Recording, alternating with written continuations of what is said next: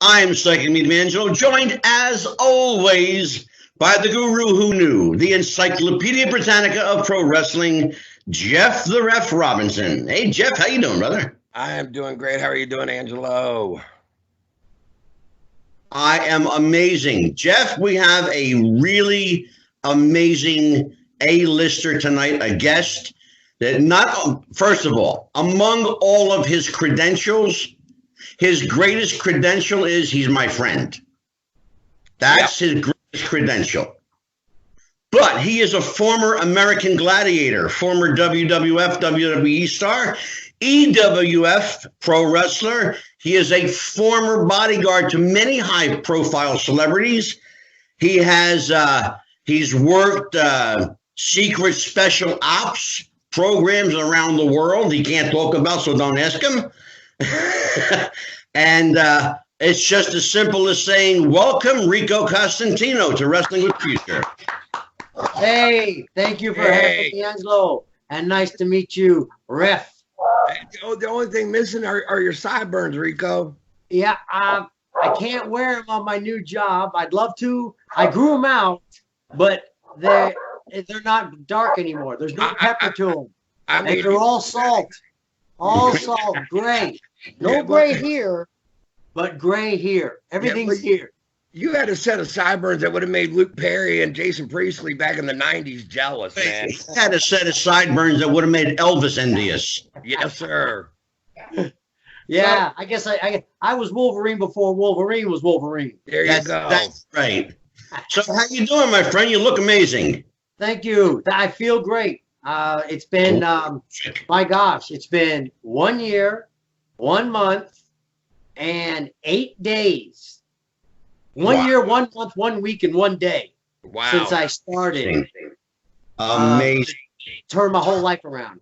Well, we are going to go we're going to take the deep dive into that story tonight. Oh, wow. So you can't have Rico Constantino on a show and Jeff the Ref Robinson on the show and not talk about wrestling.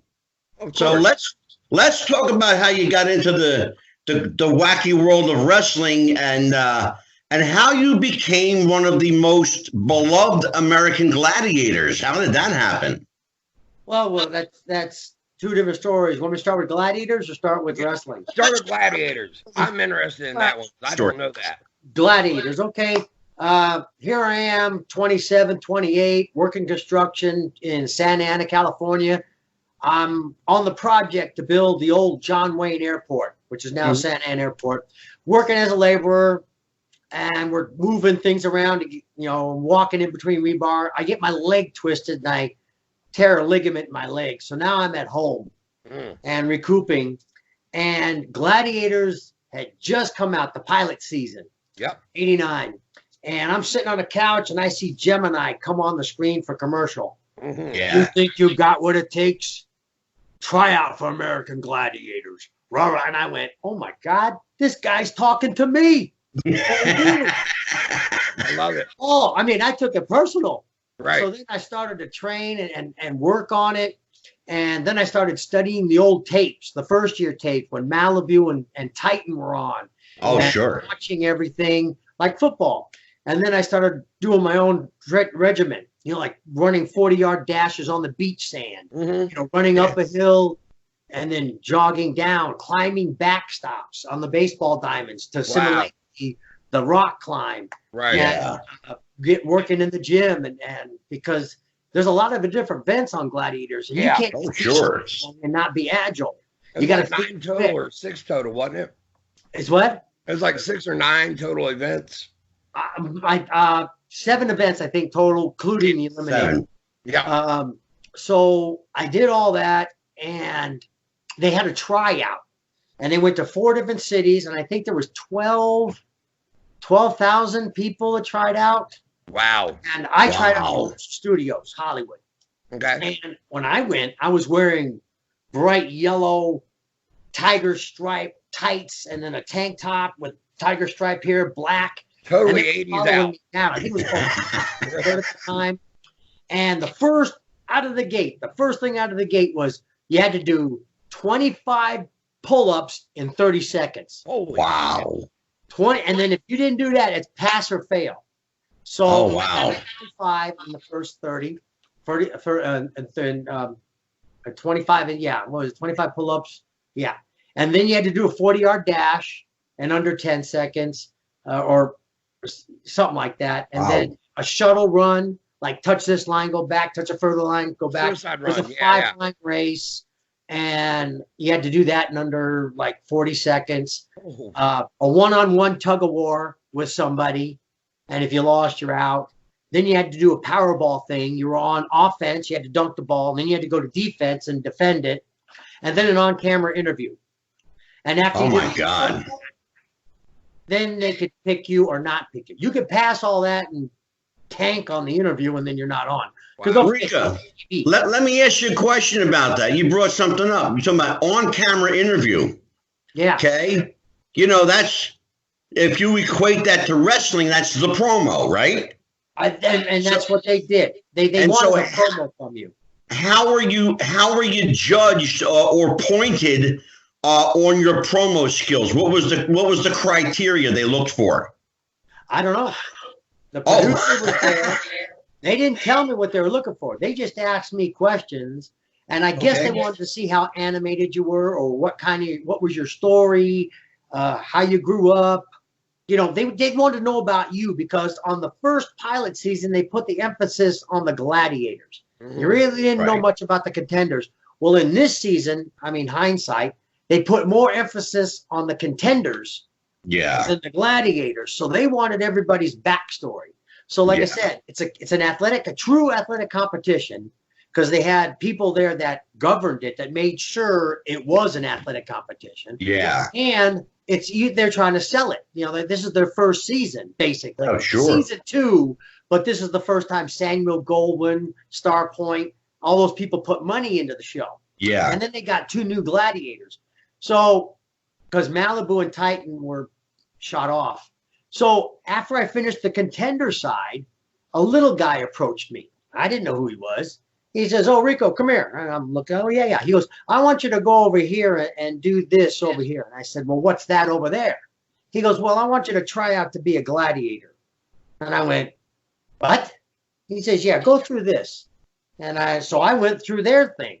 And I'm 218 pounds. So I'm not as big as those guys were. I was around a nitro laser size, but those guys were more defined. You know, maybe 10, 12 pounds heavier than I was. Yeah. So I did the gladiator thing. So now I'm up for 2 roles, because now I know they're looking for 2 gladiators.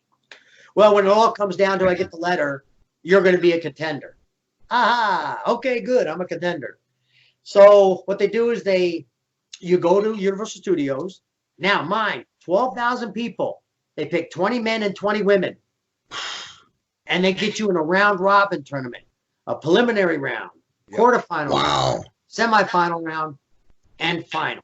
Yep. Now, if you lose the first time, you get to come back in what's called a loser bracket. You know the round-robin. Right. That'll come in later.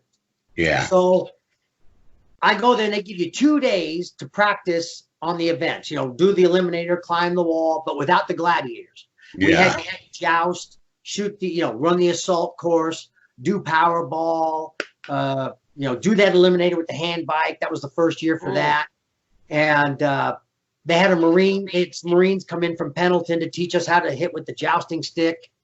Then that was the first year of the swinging hang tough and the gerbil, the Atmosphere. Yeah. So my season got the gerbil ball. So after 2 days, then the show starts. And the show only lasts maybe 2 weeks to film, because they run fall and spring at the same time. Right. They run the whole season. Yeah. You're there 10 hours. Wow. So 10-hour day. And if you noticed on the Gladiators before, how people would start off all firecracker, and then they were getting all tired and stuff like that. Oh, God, yeah. Calm down in between events. Rico, I'm exhausted just listening to this. Oh, Jeff the ref has a question for you. Go. No, well, actually, what I was going to say was, you were doing American Gladiators in 1989, and I was trying out for Double Dare. So, No, 19. I did it 90. oh, well, the Double Dare had come around. Nickelodeon's Double Dare had come around, and they were doing tryouts for their teenage game shows. And they had come to the local mall, and I mean, you talk about a cattle call. You had about 3,000 teenagers descended upon our local mall, all trying out for, various, but basically the same thing. They ran you through a couple drills, and then they sat you in front of the camera, and they were like, "Tell us about you," and it's like, I mean, you're telling me you want me at 13 years old to sell you on me? I don't think so. But anyway, go ahead with your story. I'm totally digging this because I was a huge, besides wrestling, American Gladiators was probably my Saturday guarantee. Had to watch, or else my Saturday wasn't complete. Wow. So well, I mean, but so you know what I did and had to go through. Oh, dude. Oh, yeah. So we get there. Where did I leave off? See, too many hits in the head with the chair. They filmed the spring and fall and how the crowd, you got the season, 10 hours a day. Yeah. And nobody would go and relax. Like, it's kind of like martial arts. You pipe up and then you calm down. Yeah. You pipe up and you calm down. And they didn't have a locker room when I was there. Our locker room was under the bleachers. That's where the contender stayed, under the bleachers. It's a bad indie wrestling show. Basically, and they would give you a 5-minute call. Okay, Rico, you got joust, 5 minutes. And this is Larry Zonka's first year. Larry and I got along great. And Adam Lee, a little bit, but Zonk and I were connected. And you notice how I always rock. I'm always moving. And Zonka came in one day when I was under the bleachers, psyching myself up for something. Zonk goes, "Rico, I know exactly what you're doing." I said, "You do?" He goes, "Yep, I used to do it too in football." And he goes, "I'm going to call you Rockin' Rico." And that's what he So you did that, and then they seated you. Yep. On how you did those 2 days. They watched everybody, and there were everybody from the producers and referees, and everybody was in the stands, and they seated you. So I came out number 1 seed. Ooh. So I'm swinging one day on the hang tough, and I'm just swinging around like an ape. And all of a sudden, out the bullhorn, I hear the guy's name's Aton Keller. He's the producer. I don't know if you remember him. He did some small show. I don't know. You might have heard of it. It's called America's Funniest Home Videos. Sure. He produced that. So Aton Keller. So Rico, come here. Ba-ba-ba-ba. So I swing down. I go over. And he noticed that while we were going through the 2 days, I was helping the other contenders. I showed them how to do the hand bike. I showed them how tricks on the wall. I showed them how to, what I was learning, I would tell them. Sure. And Aton, and I guess the people who are producing, the other people behind were saying, I don't think Rico gets the gist of American Gladiators. He's telling everybody everything. Aton tells me He's breaking kayfabe. Yeah, I wasn't kayfabing nothing. And this is why. So Aton, he told me later he knew why I did it because he watched me on my interview. So he calls me over and he goes, "Rico, I've got to ask you this. I know why you're doing this, but I want you to tell all these people here who are sitting in the stands. I'm going to ask you some questions." Okay. "Do you know what American Gladiators is about?" I said, yeah. It's 2 regular guys going against the gladiators in these different competitions to get points and become champion. He goes, "Exactly. So if you know all that, you have to go against the other contender. Why are you telling them how to do things?" And I said, "Well, that's simple, Aton." I said, "You, as the American Gladiators, has said these 5 guys, Nitro, Laser, Thunder, Turbo, Gemini, are the best of the best. You put up a measuring stick, and you said this is the best. I'm here with my measuring stick to see how I measure up to your best. And when I beat these other contenders, they ain't going to have an excuse that they didn't know how to do something." Ah, very good. And he turned to those people. And he went, "See, I told you." And there I went. And that was my mindset. That's amazing. Because I figured something out. I wanted them at their best because I was coming with my best. Now, absolutely. I got a quick question for you, just a sidebar really quick. Nitro came across as probably the biggest baby face on TV, if you want to use wrestling terms. How was he? Did you ever get to interact with him? How was he? Okay, how was Nitro as a person? Was he like cool or was he a dick?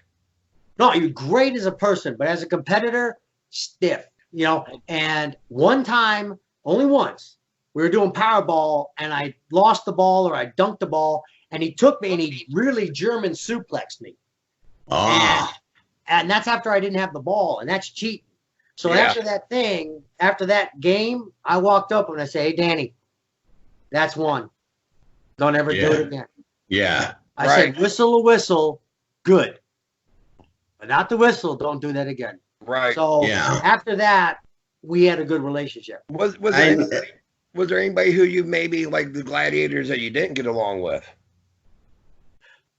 No, they all liked me. The best one was Gemini, Mike Horton. Yeah. He used to be the New England Patriot, undefeated in the joust until the semifinal round. Yeah. We went at it.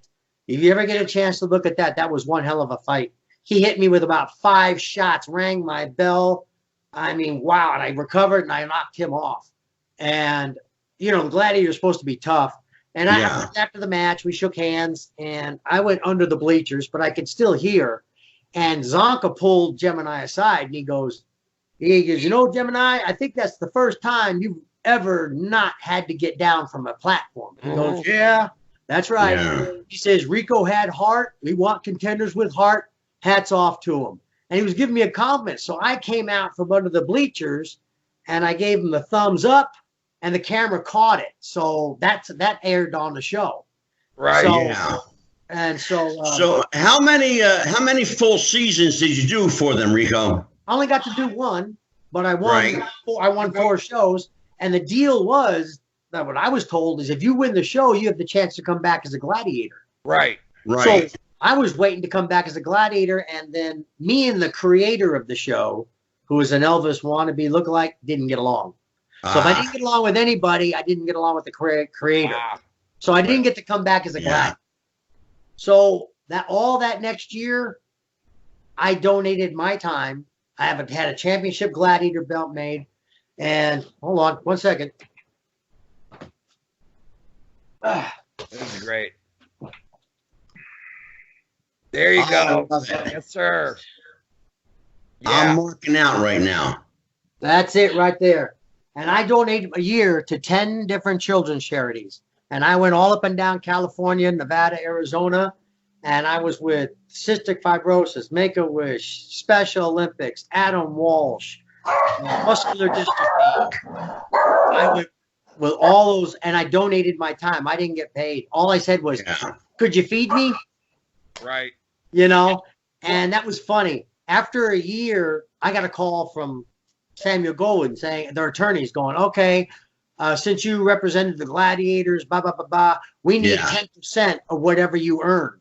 And you need to figure that out. We want it on paper. I went, oh, really? I said, okay, well, it'll be real easy. You want 10% of what I've earned? Yeah. He goes, yes. I said, okay, what's 10% of zero? Zero, because I never got paid. Thank you. Click.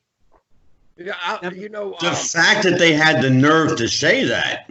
Well, in Southern California, I mean, Gladiators was like you said, it was it. I mean, after I won and they aired it, I've been to one professional baseball game. It was the Angels against the Minnesota Twins. Right. And it was Little League Day. So I went with some friends, and you know how kids turn around? Well, they look, and all of a sudden they found out I was there. Yeah. Now they just wanted autographs. I'm like, I'm not a baseball player. No, gladiator. And then all of a sudden they started crowding, and then the ushers came. You can't do this. I said, I'm not doing anything. And they said, well, you're creating a hazard. I said, well, hey, I'm here to watch the game, dude. Right. And it got larger and larger. So they took me out of my seat, put me in the hallway. Well, it just kept growing and kept growing. They go, well, now it's a hazard here. I'm like, I'm missing the game, pal. Well, let's talk about that a second. How did you parlay your celebrity status into transitioning into the world of wrestling? Oh, geez. If I do that, I'm taking a time warp. That Gladiators got me movie roles. Yeah, I was a stuntman at Universal Studio. I played in the Conan the Barbarian show. Yeah. I was also played Batman at Six Flags in that stunt show. Yeah. I got to be I knew all this, Jeff. Go ahead, what? I knew all this, Jeff. Yeah. So that parlayed into that. And then right around there, Gladiators, it really hit. And I mean, I was like mini celebrity baloney, you know, get stuff. And like I said, with the baseball, and a lady invited me to this conference in Arizona called the Athletes International Ministry, AIM conference. Right. Didn't know it was a Christian conference. And I was brought up Roman Catholic, so I thought I was good with God and everything. Yeah. Went there to this show. I got my white T-shirt, Gladiators on, my belt, white pants. I go marching in there, and I had a girlfriend at the time. And first man to greet me in the hallway, Meadowlark Lemon at the hotel. Oh, yeah. He goes, wow, this and that, and wow, this and that. And he goes, hey, listen, I want you to be on my show tonight. I said, oh, okay. I'll go change and I'll be on your show. I thought it was just another interview. Boy, was I awakened. We get there and I start talking, and really a lot, kind of like now. I'm kind of boasting on myself, which is this, but you're asking me to. So sure. He let me let enough rope out. And then all of a sudden, in the middle of the interview, he goes, do you know Jesus Christ is your Lord and Savior? I said, yeah. He goes, oh, well, how do you know? Oh, I'm Roman Catholic. He goes, no. Yes, brother. He goes, have you been saved? I said, well, yeah, I was baptized. Nope. And now it's live. And I'm sweating bullets now. I'm going, I don't have an answer. Those are the two. I'm not going to lie. I don't know what saved is. And then he looked dead. And then all of a sudden, he looked me right in the eyes, dead in both my eyes. And all of a sudden, everything else went away. Cameras, lights, people. And I just saw Meadowlark. Yeah. And he says, have you accepted Jesus Christ as your Lord and Savior?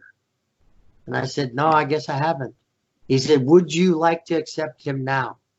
I said, yes. And right there on TV, he led me to the Lord right there. Amen, brother. Go ahead, Jeff. No, I was going to say his story actually sounds very similar to Ivan Koloff, and I only know this because Ivan had told me his personal testimony. And Nikita had asked him to come to a church service that he was that he was at. Ivan sat in the very back. He had his fanny pack on. He said I was there to make Nikita happy, because Nikita kept on asking him to go. And he said when he went, preacher's sitting there preaching, and he said, I thought the preacher was preaching right at me. Yeah. And he said, and when he gave that altar call, he said, I couldn't have got up there any quicker than I did. Yeah. And he said, but then he said when he became a Christian, he got slain in spirit and took a back bump. He said immediately, wrestling wise, he jumped right back up. And he said, they're going, no, brother, go with it. It's okay. Yeah. Yeah, Rico, I should tell you that Jeff had a very close personal friendship with Ivan Koloff. He knew him very well. Wow. I heard he became saved during my years. Yeah. And with that, after that, I got plugged into a church in California, and it had all the pro athletes. I mean, I was with AC Green, all the Lakers. All the pro athletes went to this church. And while going to this church, a gentleman who's passed, God bless him, Tom Sorotnick, knew a man named John Jacobs who ran something called John Jacobs and the Power Team.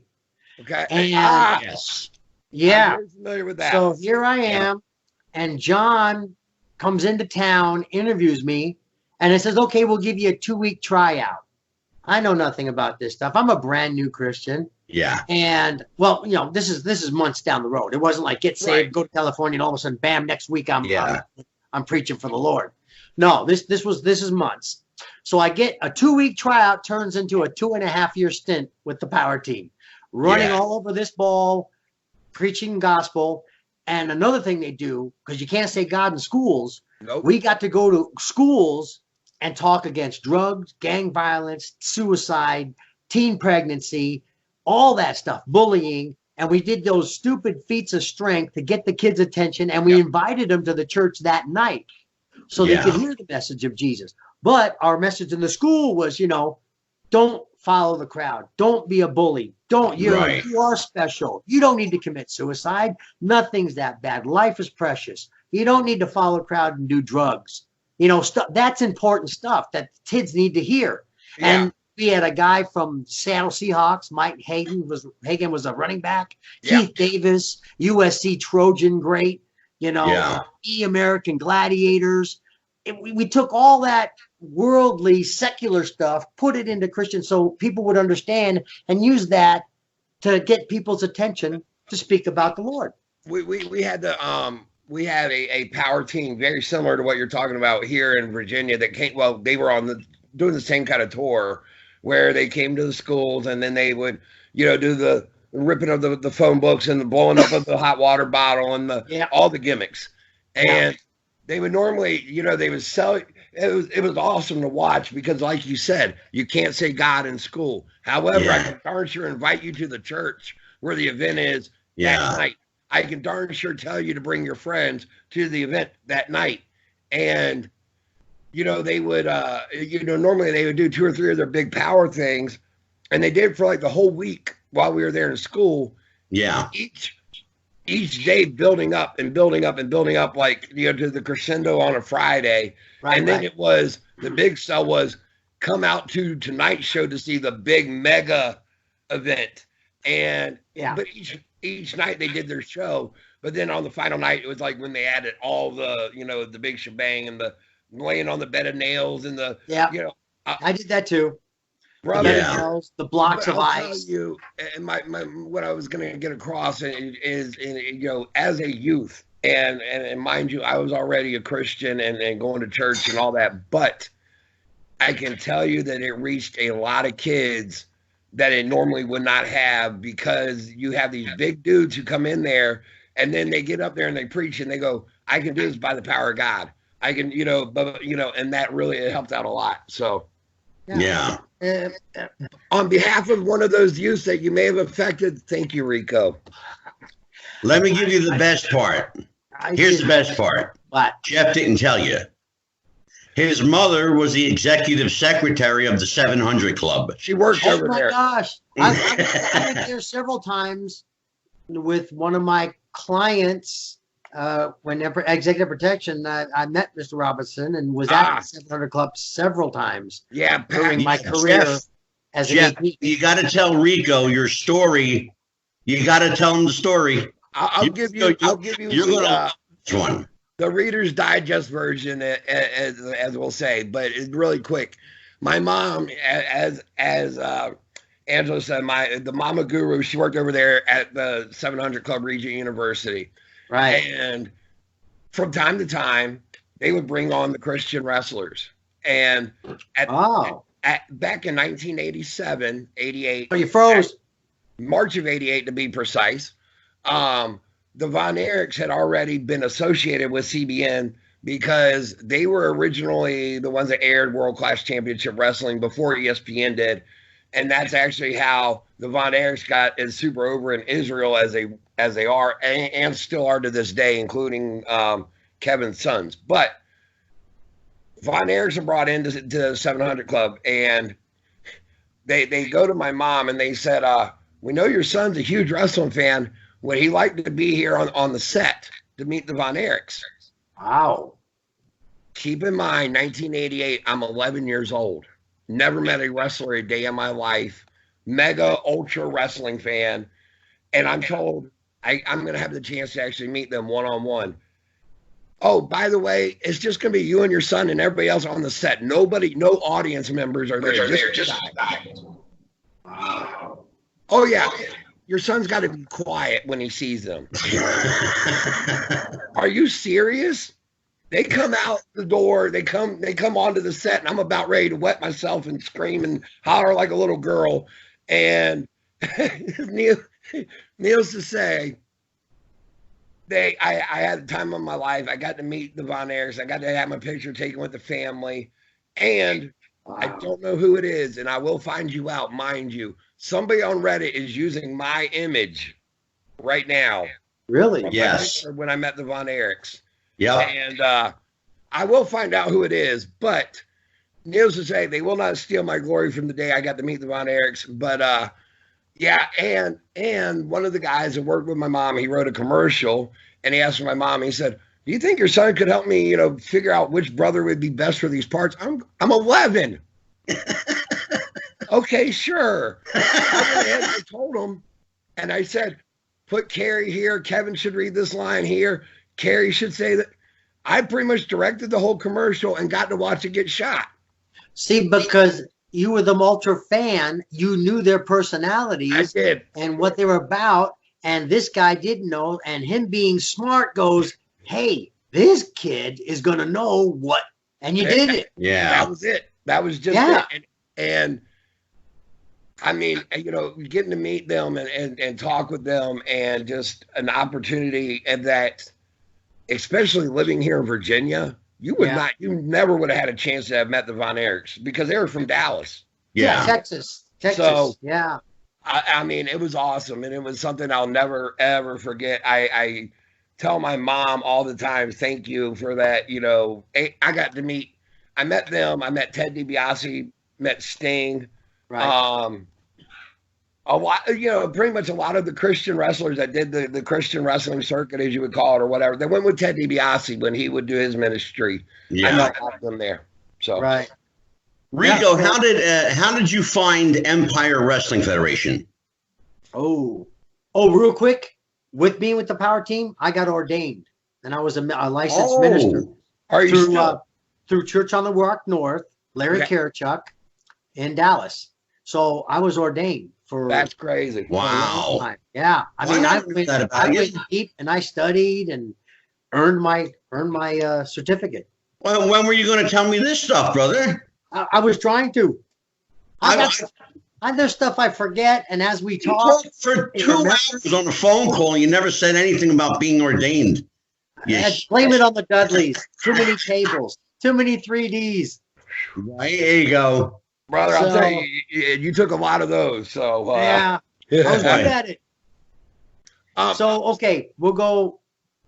Then I did the power team, and then other stuff, and then EP, and then Empire Wrestling Federation. Yes, so I'm bodyguarding for. This is all right. This gentleman named Ken Dart. If you look on the bottom of a styrofoam cup, the Dart family name's on it.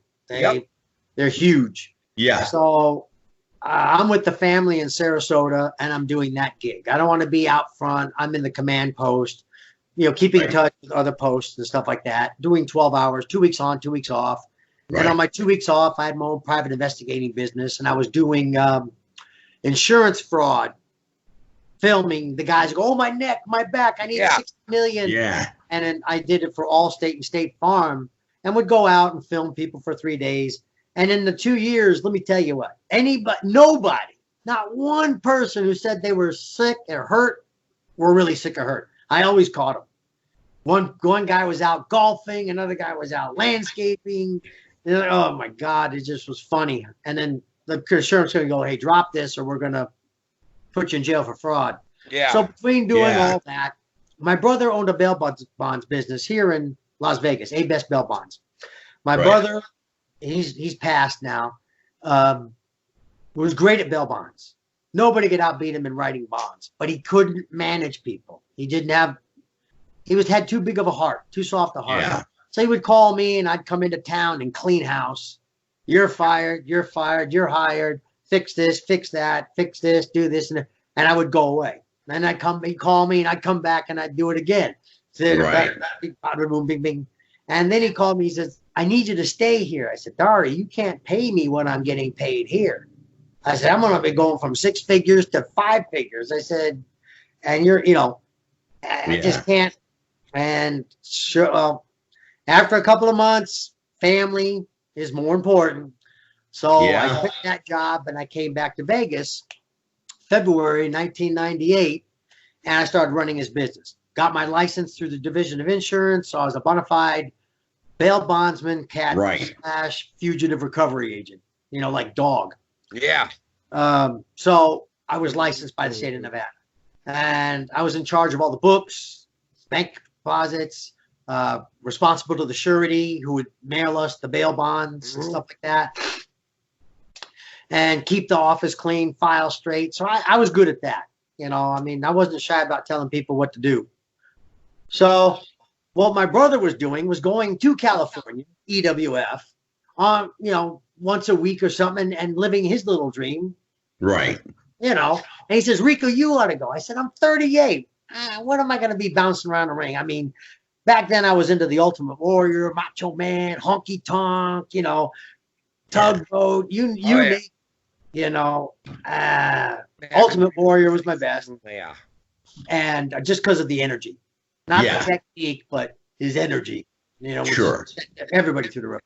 So he goes, you ought to come with me. I'm like, Dario, come on. I'm done. Come on. So I go there, get introduced to Jesse, and we start working in the ring one Saturday. It's 3.5 hours there to drive to San Bernardino. And we work out 3 hours and 3.5 back. So I started bumping, and I kept hitting my head, and Jesse's like, ooh, no, you got to do it this way. You got to do it this way. And then he says, we started talking. He says, you got to come back more, and I guess Jesse saw something. Yeah. I'm just there for fun. So I'm there a total of 8 months, something like 12 matches. He sends a tape up to Vince, and I get a tryout. Howard Finkel calls me at the bail bonds and says, hey, you want to come try out? I was like, what? And I'm amazed. I remember Finkel when I used to watch Finkel. This is how he's talking to me. He's got a very distinctive voice. Yeah, so I go to Connecticut, 10-day tryout, and with the last Dory Funk Dojo. And I've said this story, and we're all there, and we're in the lunchroom, and Dory and his wife are interviewing people. I'm like fifth in line. What's your name? How old are you? How long you been in the business? That's the first 3 questions. And then they go from there. So they're doing all that, and here they come to me. What's your name? Rico Constantino. How old are you? 38.5. And they look at each other. How long you been in the business? 8 months. They stood up and walked away from me. And I know what they're thinking. What did this guy do to get a job?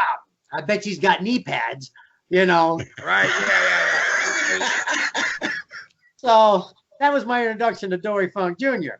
So we do the tryouts, and we're doing things. Cornette's there. Henry's there. Nicole Bass is there. Wow. And in the middle of it, on the 5th day, I get food poisoning. Oh, shit. So now I've got the runs. But I didn't let it stop me. They told me I could stay in a hotel room. I went to work every day. Bought extra tights and extra underwear in case. There you go. But I would work out in the ring and then run to the bathroom. And then come back and work out in the ring and then run to the bathroom. I did that for 3 days.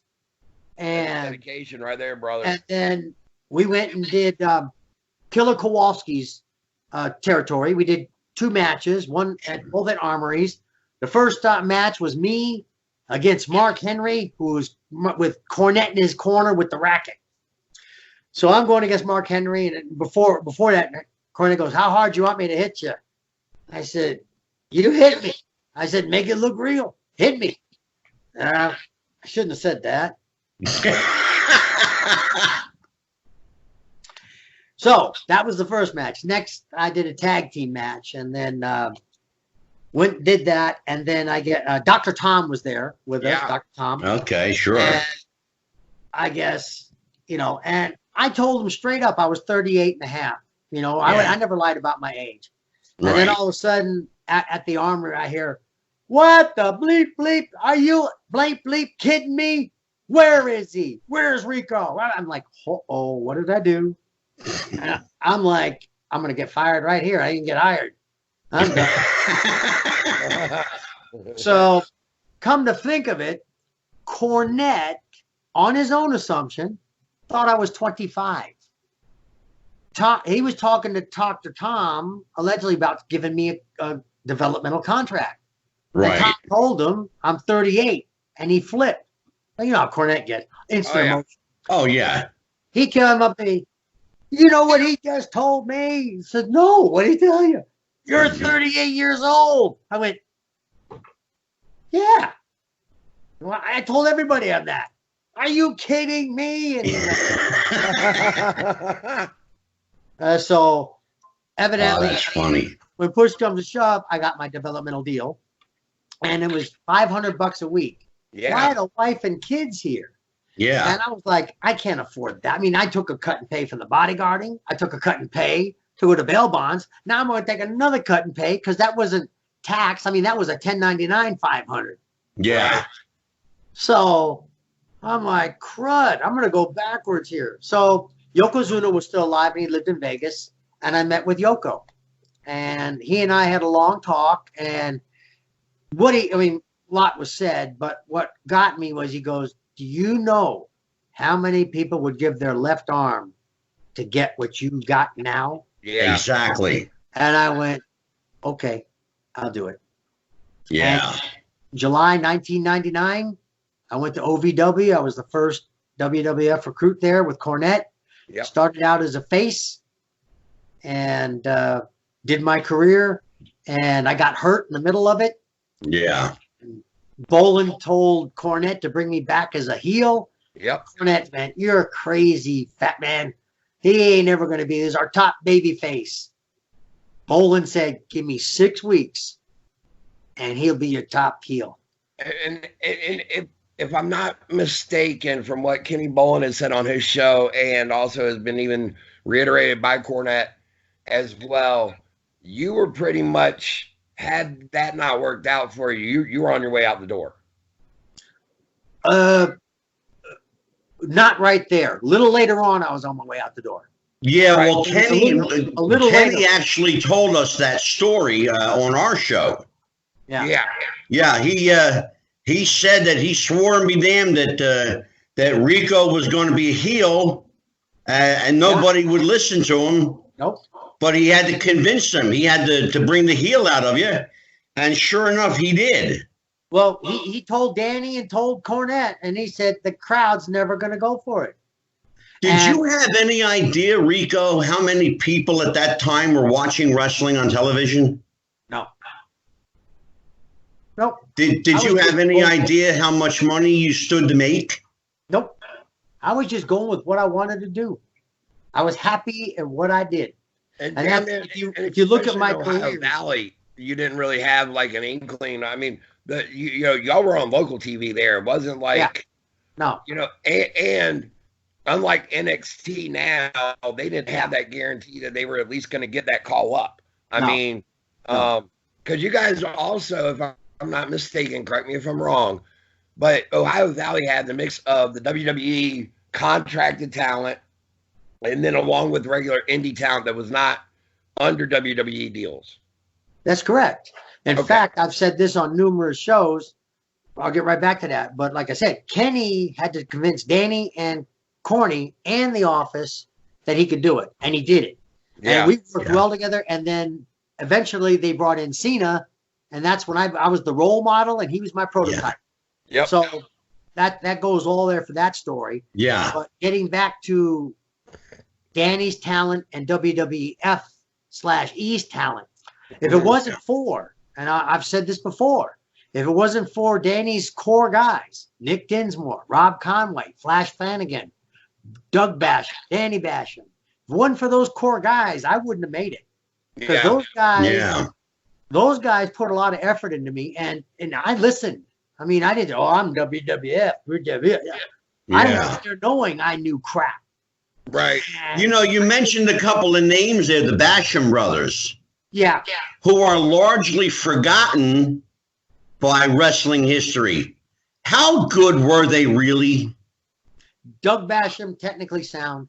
Mm-hmm. Technically sound. Danny, technically sound. All Danny Davis's guys were technically sound. Yeah. Nick Dinsmore. I mean, he's like a Chris Benoit. Nick Dinsmore, charisma. Nick Dinsmore, Rob Conway, charisma. True. I mean, Rob would talk me through the matches when I was going for the heavyweight title. he was telling me stuff, during the match, getting me through it. So I looked like $1 million. I got a question for you. You had said that Cena was brought in with you, and I know that you're new to the business too, but did you like have that sense of charisma about him when you even just sitting around him? Did you sense that he was going to be the mega star that he has now become? No. When he came in, when he put us together, he could promo like Kenny. I mean, out of the three, I was the least, in my opinion. Bolin, I think Bolin and Cena are right there, and I'm down here, but we all fed off each other. Nobody got jealous. I mean, each of us knew our spot and did it.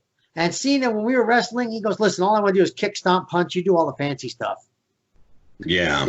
And that's basically what we did. I mean, it got that Bolin Services heel team took on the Legion of Dave Batista, Sin, and the heels there. So you had two heels fighting for the tag titles. The audience were cheering us, cheering them. They didn't know who to do. I mean, we had exactly. And that was a really good angle down there. I mean, it's interesting. When we had Kenny on the show, I asked him point blank, and Jeff will attest to this.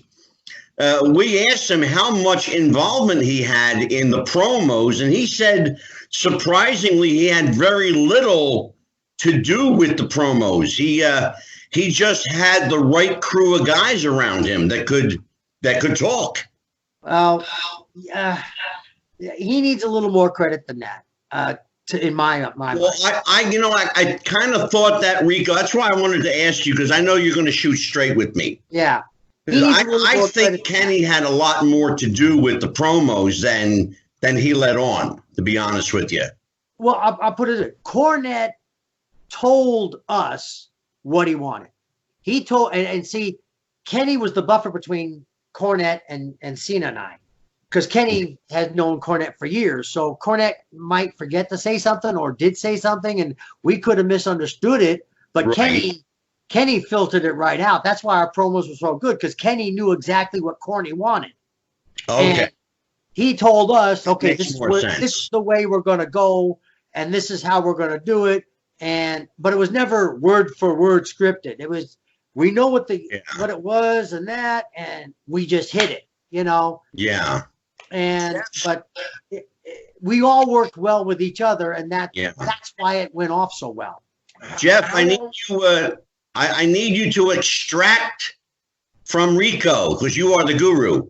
I need you to extract from him how he became this iconic figure in WWE. That's what I was actually getting ready to go to, was how long was he down there in Ohio Valley before he got that phone call that said, hey, we're going to give you a job with the Big Fed, and not only that, we're going to make you a hairstylist. Yeah, that's not how it went, ref. I mean, this is okay. I'm heel, and we had a good run. Now it's, I was there July 1999. I've been there a year. I had my quad torn. I had it put back. The doctor said I'd never come back. I came back to wrestling, and that's when I came back from the face to heel. I got hurt as a face, came back as a heel, and was strong, if not stronger. Right. And so and all of a sudden that came from up top, from Connecticut, we're going to cut Rico. Cornette went, what? And not even give him a chance? Yeah. What, this guy has done everything we've asked. He helps tear down the ring. He does all promos. He doesn't ask for extra money. He doesn't ask for days off. He lives in Las Vegas, goes home once a month. Yeah. He does everything. Why wouldn't you give this guy a shot? And then one day, I'll tell you how stupid I am. Cornette goes, Rico, I want you to read this. Okay. So I'm reading this letter, and I must have missed something in the beginning, and it talks about how great this person is. Blah, blah, blah, blah, blah, blah, blah, blah, blah. I'm like, wow. And I look at Cornette and go, wow, this is a great letter. Who's this for? He goes, it's about you, you idiot.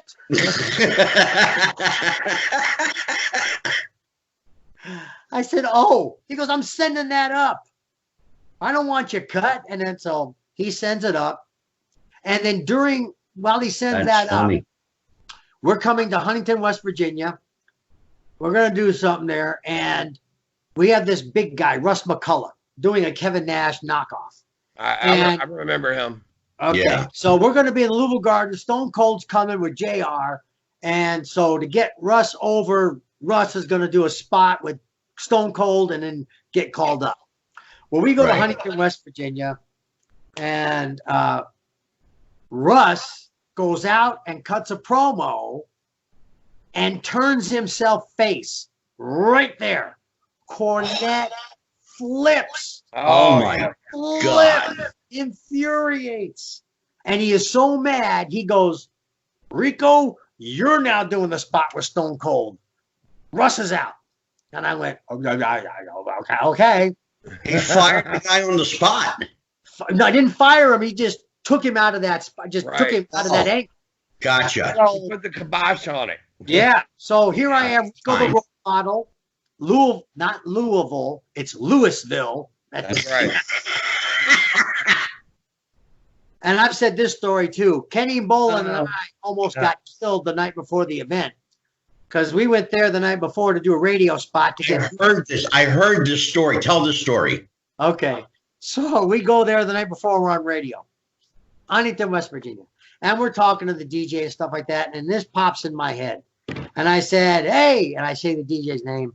You know, Huntington, West Virginia is famous. And it's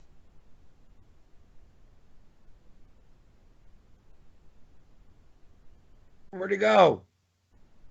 Yeah, they invented the toothbrush. Wow. He goes, I didn't know that. I said, yeah, nobody knows that. Because if it would have been invented anywhere else, it'd have been called the teeth brush. Oh, my.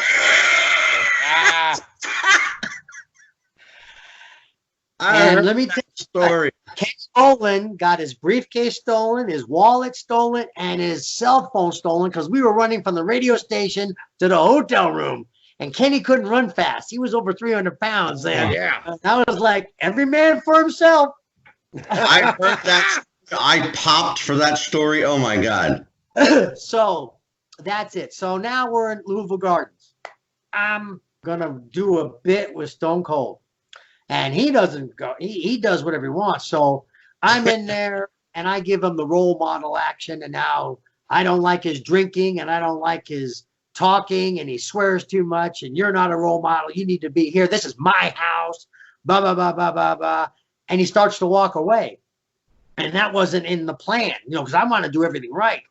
And I'm like, uh-oh, he's walking away. He's going to walk out of the ring. And what am I going to do? And JR moves the mic and goes, you better call him back. And I went, don't you walk away from me, son.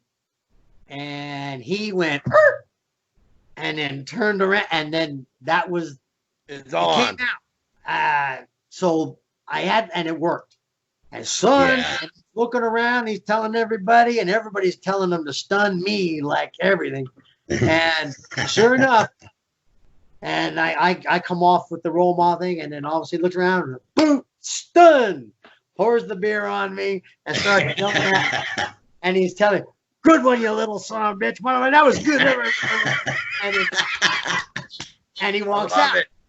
So that's funny. I said all that to say this is in the JR reports. Remember the wrestling reports? JR Yes. Over. So when it came down to it, Stone Cold, JR, Jim Cornette, Danny Davis stood up for me and said, hey, listen, give the guy 90 days. Yeah. Let him work the route. Let him work house shows. Maybe he'll find something for you. Maybe you won't. But give him 90 days at least, and then he'll go quietly. If you can't figure it out, he'll go home, which was true. So I'm doing house shows, blah, blah, blah. I'm a good guy. I'm a face one night. I'm a heel another night. I'm a face tonight. Then I do dark matches, and then pretty sure you've seen them with Brock Lesnar, Ron Walker, Randy Orton, all that. So one day, I'm getting ready, stretching. I'm going out to wrestle, and Miss Jacqueline is looking at me, and she's talking to Stephanie at a house show, and they're both looking at me, and I'm getting nervous. I'm stretching. I'm looking. I said, "Is my fly down?" My flight can't be down. I'm wearing tights. So I'm they're looking and then pointing and laughing, and I'm like, Even worse. man. So I do my match, and then when Stephanie leaves, I corner Stephanie. Who are you guys talking about? What? She goes, well, I can't tell you, but can I ask you a question? I said, yeah. She goes, would you dye your hair bleach blonde for us? I said, well, yeah, if they asked me to, I would. She goes, okay. And she walked away. So there it is. And now I do the matches. And then a couple weeks later, Raven comes to me. Scott. He says, what do you like being, a heel or a face? What do you like to be? I said, I like being a heel. He goes, well, you got to do something about your face. I said, why? He goes, you're too pretty. Grow some sideburns. Do something. So, but he wanted me to do the honky tonk sideburn. Yeah. So I'm thinking, that's already been done. I'm not going to do that. So I just started growing them. And then the next week or 2 weeks later, I get a phone call. I'm at home Monday. Get up here Tuesday in Ottawa. Okay. What am I doing? Just get up here. We're sending you the ticket. So I go up to Ottawa. Don't know what I'm doing. So then they tell me, you're going to be the stylist for Billy and Chuck. Yeah. Here we go. Okay. Stylist, what do you want me to do? He goes, work it out. And turns around and walks away. Work it out? Am I a hairstylist? A foot stylist? Fashion stylist? What am I? Oh, no. And so all I got is a black shirt, black pants to wear. And he's almost grown in sideburns. Looks like great stubble. So I'm thinking, oh, my God. And then I go to Billy Gunn. Now here's where Billy Gunn comes in. They got me being a manager. Yep. I know F all about managing. No wrestling. I barely know that. Now I'm going to be a manager? I go, Billy, what am I going to do? I don't know how. He goes, stick with me, kid. I got your back. Don't worry about it. Just do what I tell you to do. And I did. So amazing. Gunn is a master technician at tag teams. And I tell you what. Absolutely. And Billy, if he wouldn't have helped me through the beginning, I probably wouldn't have made it either. But I listened to everything Billy said. But I couldn't wear the black on black no more because Stevie Richards did that after he did my censor. So I'm like, okay, what kind of stylist? And I mean, my head, there's smoke coming out of my ears because I'm thinking so hard, you know, and I'm stylist. Oh, I'm going to be an image consultant. One of them New York guys that people hire. That's what I'm going to do. So I got home and I got right on the phone to Godfather because he semi-retired. And I went, hey, Bear, because I've known Bear for years. Before he was a wrestler. I knew him from Vegas because he was a badass bouncer at a place called the Crazy Horse. Yeah, he's a dear friend of mine. Yeah, Bear was bad back then. I love Bear. I love Bear. We were working out at Eiferman. Nobody messed with those guys. No. I mean, they were bad. I'm telling you. Yeah. And Charles is mellowed, but he was a bad man. All stories and I know. That being said, I call Godfather. Where did you get your clothes? Can I use some of your stuff, man? I got to do this gig. He goes, yeah, I got it at some flea market. Here's the streets. Go down there. I got tiger stripes. I got snake skin. I got alligator skin. Yeah. You know, I got the tight YMLO shirts. I got belly button rings put in my ear and lenses. So if I wore blue lenses, blue belly button rings, blue shirt. I remember it. So red shirt, red lenses, red belly button rings. And then the sideburns were coming in. I let them grow all the way down here. Oh, yeah. Those are some mutton chop. This is going to get some heat. Yeah. So I had a Wolverine bit, you know, but better than Wolverine. So I started coming back, you know, and Billy giving me hints and stuff like that. And I was spin kicking people's heads off. Yeah, you were. But the key there was because I used to take martial arts. I used to do that stuff for real. Okay. Yeah. Trying to, okay, make it look good, but don't knock people's teeth in. Don't potato the shit out of them. So, but I tell you what, a lot of guys, I'd explain it to them before, like the step over, look at my butt kick, and I'd kick them like that. I tell them, you got to look at my ass, because if you don't, I'm going to hit you with the heel in the mouth. Just turn your head that way so the leg goes around the other way. And then it's called the step over, look at my ass kick. Fit Finley thought of that. Hey, real quick, let me note, no leg slap either. No what? No leg slap. No leg, though. I never slapped. Nope. So then you're the stylist. You now the way that they introduced you when they brought out Billy and Chuck with Eric Bischoff and that whole bit. Are you talking about the end of the wedding thing? Or no, you're right. You're right. I'm sorry. I'm getting it a little mixed up. I apologize about that. Yeah. That was the wedding was another one that another angle that you were involved in that I remember doing that. Yeah. And that's when they brought out. Were you with 3 Minute Warning? After the wedding, 3 Minute Warning came in and crashed the wedding because, as you know, it was building up. The week before, Chuck gave Billy a ring, and that was my first real promo that I had to get through, and that was only a page and a half. But there was cues, and I had never done promos like that except for maybe a 30-second promo here, 30-second promo there. Yeah. And all of a sudden now I got a page and a half to do. I'm crapping. I can't mess this up. Yeah.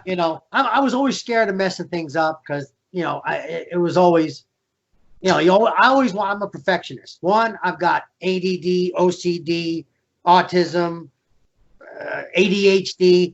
I even got a PhD. Yeah, you know what PhD stands for? Piled higher and deeper. That's my PhD. Rico, how lenient were they in promos?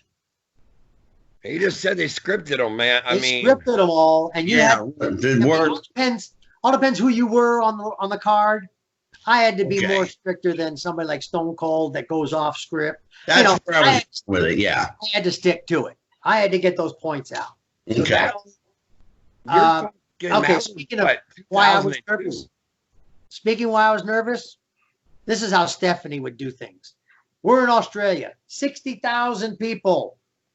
I'm the first match. Me and Rikishi in a kiss my ass match. I'm out there, 60,000. I'm up there and I'm rocking. Oh my God, I'm standing there. I'm standing rocking. Stephanie comes up and goes, okay, you ready? Yes, ma'am, I'm ready. I'm ready. She goes, okay, go out there and do good. I said, yes, ma'am, I will. She goes, okay, don't fuck it up. I went,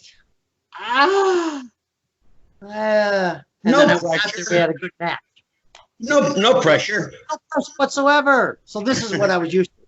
So going on with the stylist thing. So that was my first real promo was the proposal. And the next week was 4 pages worth. And everything went off cues. Whatever I said started another chain. Whatever I said started this. Whatever I said started that. When I give it to this mark, the Godfather came out with the hoe train. So I had to hit marks. If I didn't hit these marks, something wasn't happening. Yeah. And Vince been all up and down me. And I say this to this day. If that wedding would have been on Raw instead of taped where the wrestling sheets got it, that'd have been the best kayfabe scene ever. Because Bischoff showed up to the place in character and in makeup with Vince bringing him out of his limo. And Vince catered to him all day. He ran around that shaky old man all day. Only a handful of us knew who it was. And when he said in that arena, wait a minute, did I hear myself say 3 minutes? Everybody went like this all at once. Oh, it was like a vacuum. It was like my ears popped. Everybody in the back. What?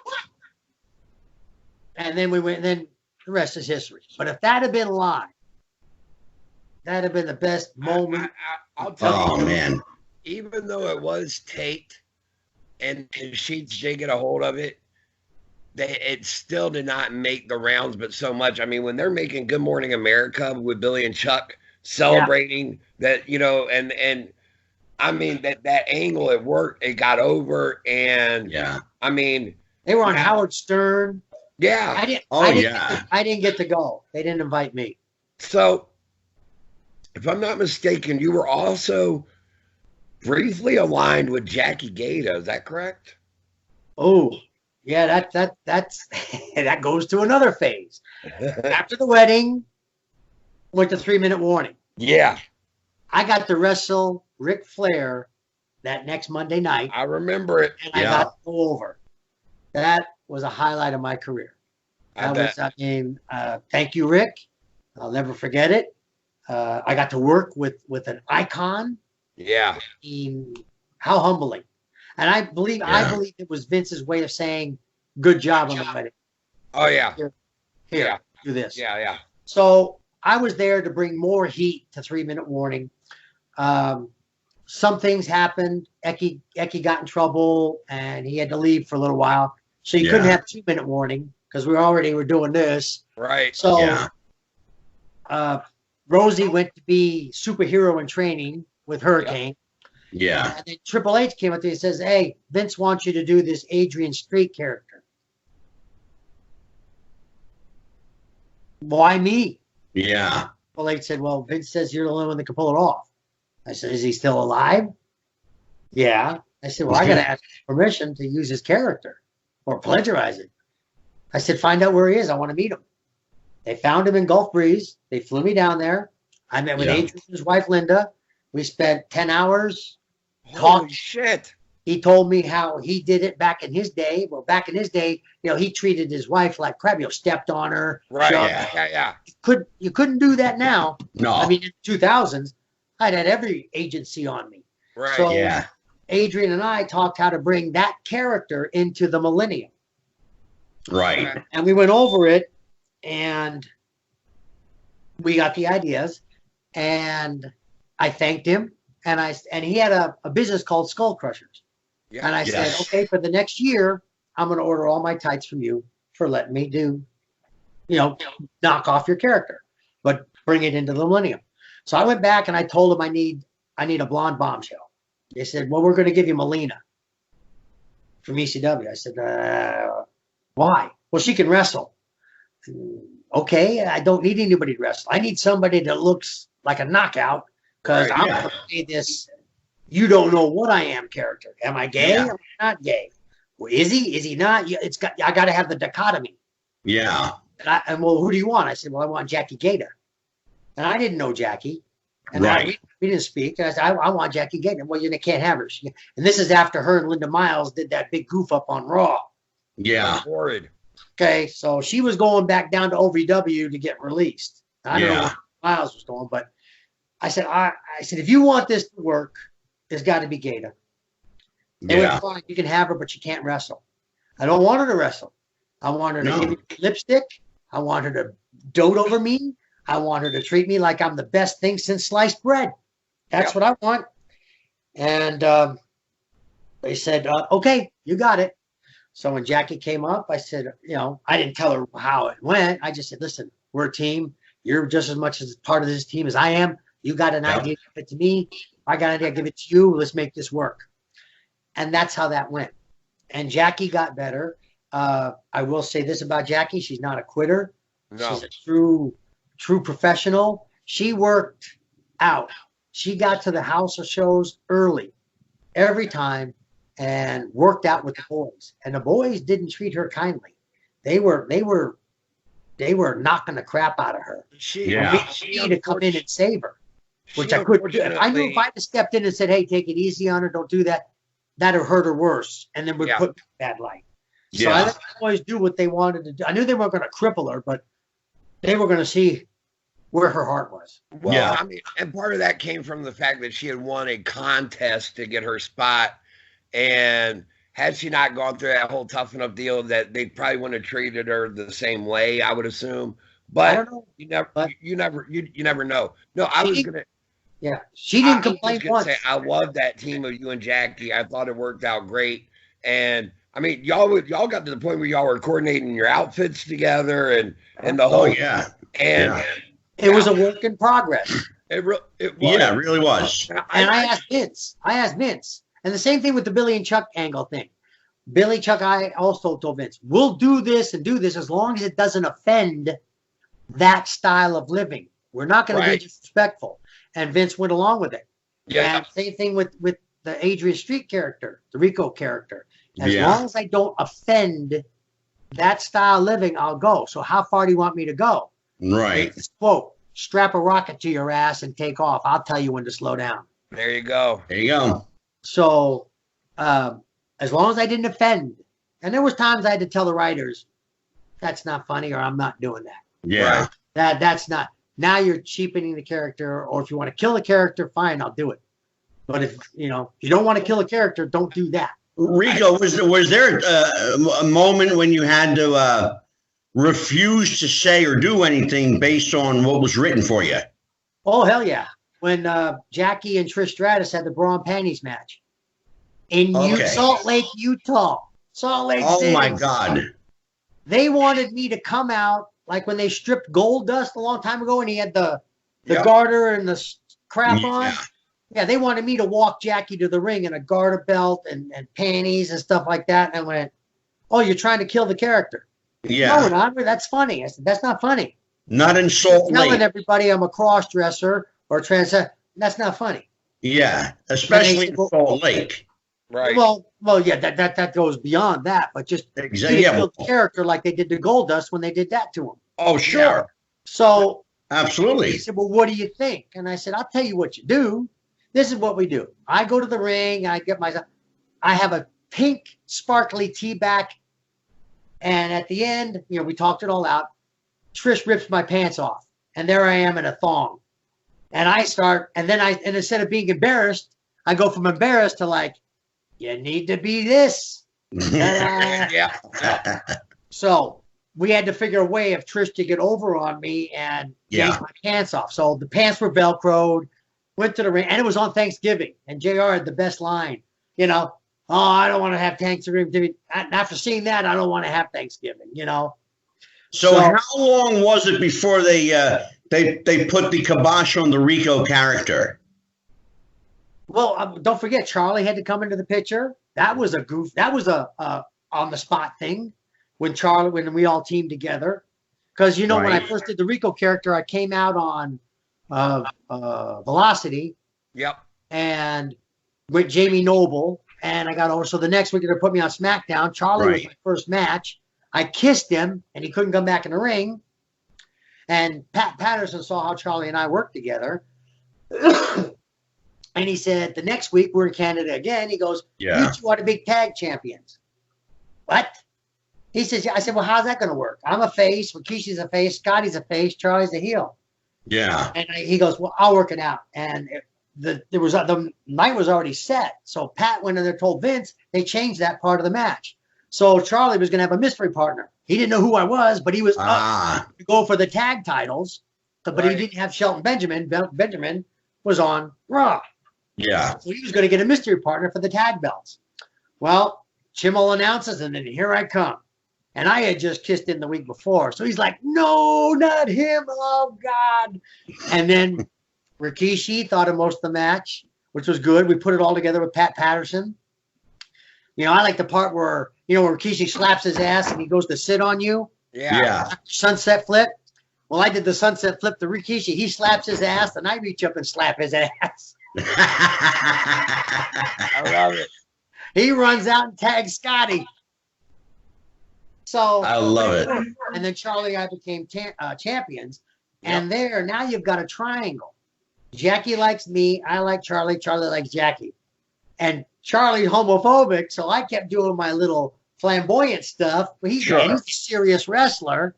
So he's like, come on. But when the flamboyance, it would throw people off their match, and then I would get the upper hand. But when it came time to kick ass, all of a sudden the other Rico came out. Yeah. Sure. You know, karate kicks, the jump, great. Itsuguri, spin kick, step over, look at my butt kick. Yeah. That kind of stuff. I got a quick question for you. You were in a couple of the video games, if one, if not two of them. 4. Okay. Yeah. Apologies. Did they work out a set rate of what they paid you for that, or did they base it off of like the video game sales, or? I didn't even care. I was on video games. Right. That was it. They didn't tell me. They just gave me a royalty. The funniest thing is I'm here in Vegas and my hair's pulled back in a ponytail. I can't take the sideburns off and then put them back on. They were there. They're real. Right. So whenever I leave the house, I'm on. People recognize you. So I'm walking through my mall and there's a Sega Play Store and it's a glass window. So it has the machine where the kid looks at the screen, but there's a screen this way so the outside people can see the screen on what the kid's playing. Yep. So as I'm walking by, I look up and I'm wrestling somebody and this kid's playing me on the game. So I'm with my wife at the time and I'm looking and this kid is good. I'm thinking, damn, this kid's better with his thumbs than I am in real life. And he's kicking the crap out of, I think it's Kane.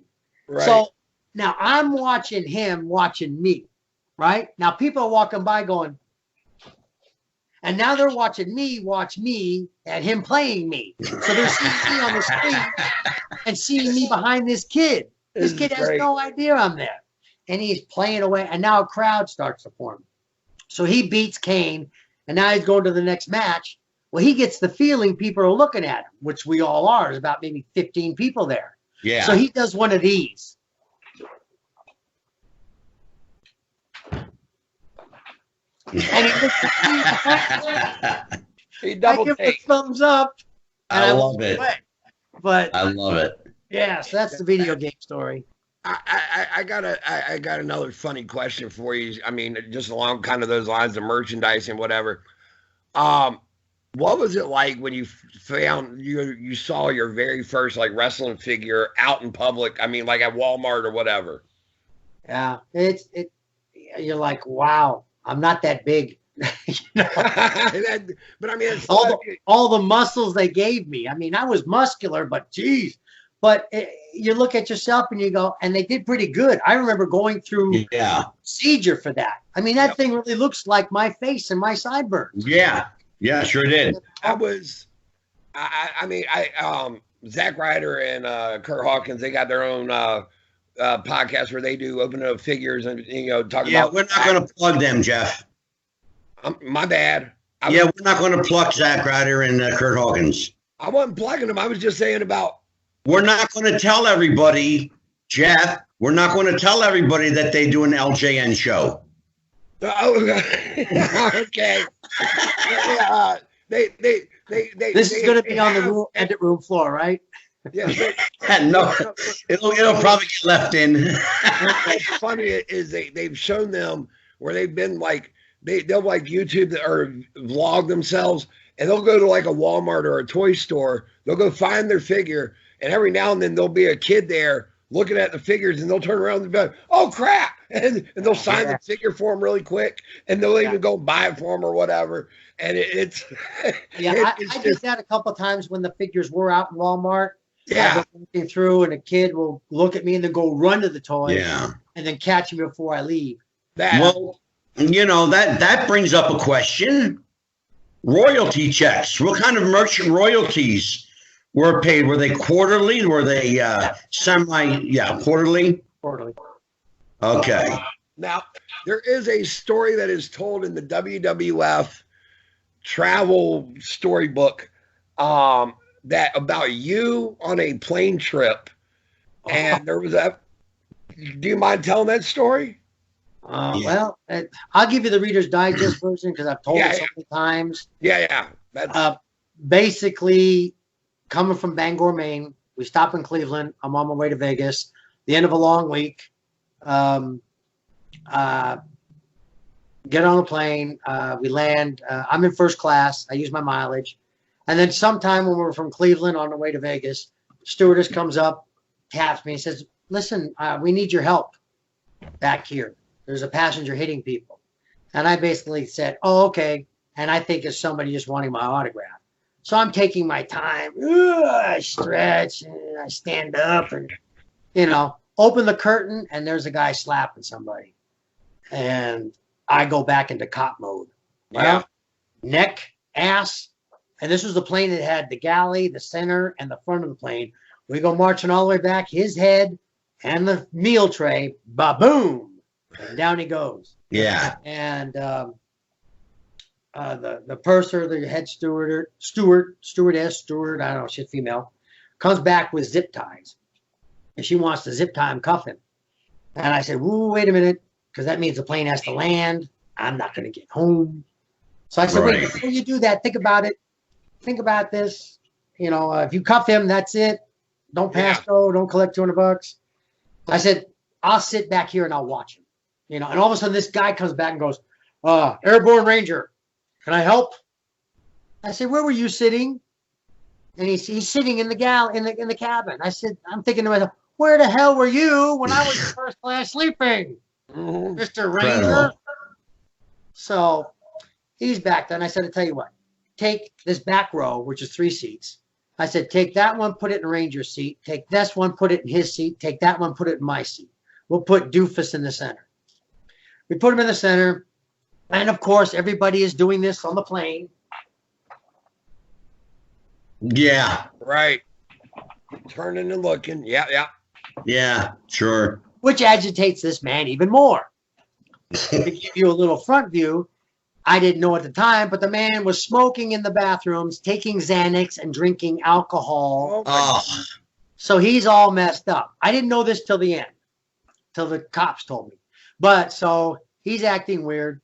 Well, the pain, is worn off because of all his substance. And now he starts cussing at the people. What are you looking at? Blah, blah, blah, blah. And he's getting riled up. So I tell him to sit down, and he doesn't. Undoes his seatbelt. Well, here we go again. He stands up around the back, boom, into the cart again. Now I'm stepping on him, zip tie him cuffed. And he's screaming, doing all that stuff. And I take his arms and pull him up when they're cuffed. Put my foot there, and the lady wants you to write a statement. I write a statement. Then they're asking me, they're going to emergency land. I'm like, no, let's just go to Vegas. Yeah. Captain wants to know what to do. I said, tell you what, we'll go back in the seats. Now he's cuffed. We'll seatbelt him in, and we'll watch him. Just tell the captain to call for an emergency landing in Vegas, because we're almost there. I think we're over Arizona right now, I think. Right. And I said, we'll stay here with them and just go to Vegas. So we're there with him. We get the emergency clearance. We go to land. We hit the runway, and he goes, what are you, some kind of cop or something? I said, you keep your crap up. You're going to wish I was a cop, because I just had enough of him. So we're taxiing in, and he decides he doesn't like me. He goes to spit on me. Oh. I grab the blanket and throw it over his head. So now he's got a blanket over his head with a mouthful of snot. So the stewardess comes back and says, well, the captain wants to know what to do. I said, well, the easiest thing to do is tell everybody to stay seated, because everybody already knows what's going on. They already know what's going on. Tell them all to stay seated, get the cops on here, have them escort him out first, and then we all can take our time and get off the plane. Sure. Handles. They said, okay. So we get there, and the cop starts coming back, and Mr. Ranger goes, I don't think the cop's going to like it that you covered his face. I said, I don't care. Right. I'll tell him why. So the cop comes up and he goes, why is his face covered? I said, officer, he's a spitter. Oh, really? Takes the blanket off and tells the guy in no uncertain terms, spit on me, I'll knock your teeth out. Wow. Basically. So a gurney comes in from an ambulance crew. They put the guy on the gurney, strap him down all the way, and wheel him off. And as he's getting wheeled off, I told the cop, can you get me out of here? I don't want to be part of the news. Nothing. Just get me out of here. Yeah. He goes, okay, follow me. So as we're all leaving, the plane's clapping, and away we go. And then Delta gave me like 50,000 miles on my card for that. Nice. So let's now talk about your exit from WWE and into private service and police work and bodyguard work and everything. Your life is a movie, brother. Oh, but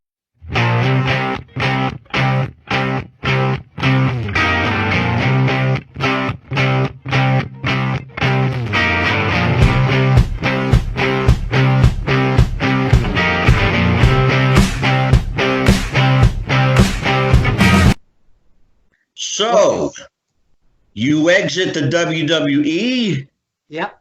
on good terms. No. Let's walk through that one, Rico. What happened? Well, I believe, this is what I believe. A few weeks prior, I asked Johnny Ace, because my contract was coming up, I asked him for a raise. I wanted $1,000 extra a week. Right. And next thing I know, I was getting released a week or 2 months later. That was it. That's all I know of. Okay. I asked Vince why, and he says, well, your character's not popular anymore. That's why I was getting. There was some rumor and or innuendo that Booker T or Stephanie may have had something to do with your release. Is there any validity to that? So let's kibosh it if it's false, and if it's true, let's go into it. All right. Well, as far as Stephanie or Booker T, I don't know if Booker T had that much pull. If he did, he did. If I wouldn't know. Booker and I got into a disagreement because he said I said something when I never did. Right. And I had Mark Henry backing me, Pat Patterson, Chris Jericho. Yeah. Everybody from OVW. They know I'm not that type of person. Would never say that, especially about a great man. Yeah. You know, that would never come out of my mouth. So, oh, sure. So that's the only thing I've had with Booker T. As far as him having a hand in me getting fired, unknown. Yeah. Well, look, it's always best to dispel the rumors. You know how the wrestling rumor mill is. If it's rumor, it's true. So we put the kibosh on that now. Well, as I said, I asked for a raise. I was told my character wasn't popular anymore, and that's why I was released after just holding the belts. Yeah, I don't know. Something sounds amiss there. Something definitely sounds amiss there. But look, people come and go all the time. Yeah, he gave me 90 days, and I said, okay, all right, give me my raise by February 2nd, or I quit.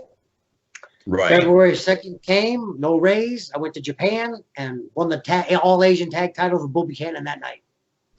Now, there was some speculation that you may have considered at some point going to WCW. Oh, what? I was going to do that when they weren't calling me up when it was WWF. I started talking there, and then all of a sudden, Vince buys them. Well, that ruined that. Yeah. Yeah, that was what we heard. So let's get into so you leave the company. Now you're effectively done with wrestling for the most part on that kind of level, although you're still taking some independent matches and working Japan. I worked Japan 3 weeks, held the titles, I said I'm not going back to Japan every month, and I decided that's it, I'm done, I'm leaving on top. Yeah.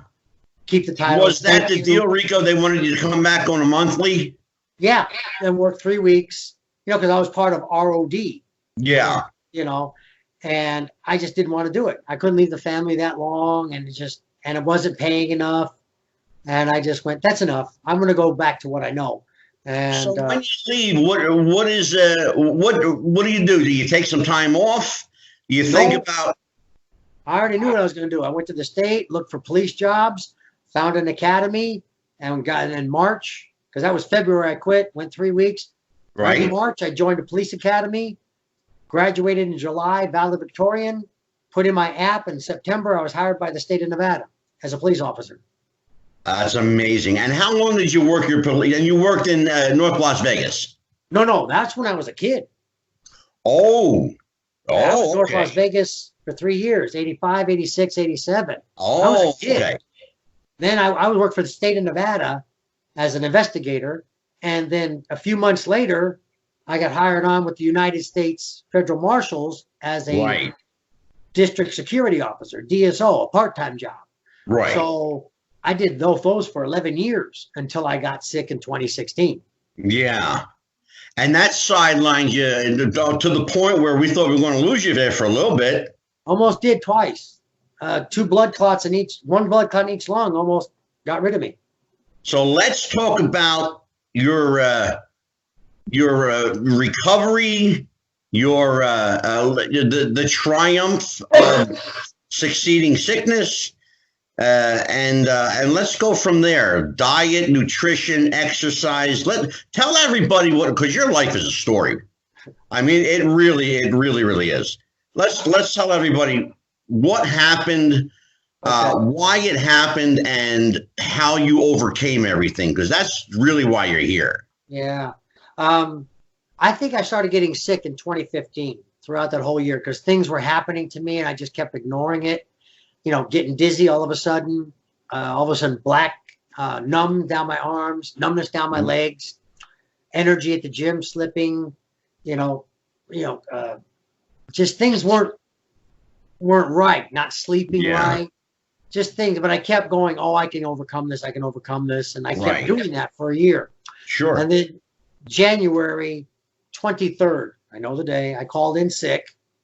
And I thought I caught the flu really bad. I couldn't breathe, really chest, couldn't breathe. Felt like an elephant was sitting on my chest. 2 days. Okay. Well, my ex told me you need to go to the hospital. So I went to a local hospital and they x-rayed me. I told them I couldn't breathe and they couldn't find nothing.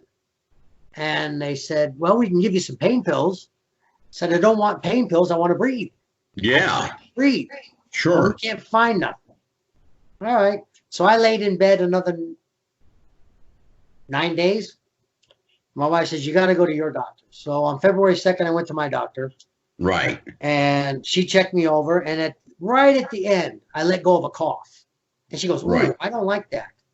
I'm sending you for an image. I want a chest image done. So I go to this place on February 3rd. I do the image. I wait in the lobby. And they said, you can go.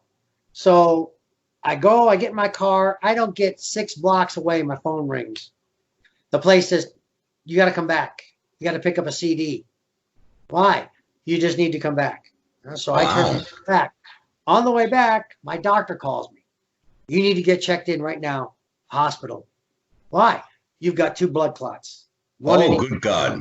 I said, what? You got to check in now. Get that CD and check yourself in the hospital.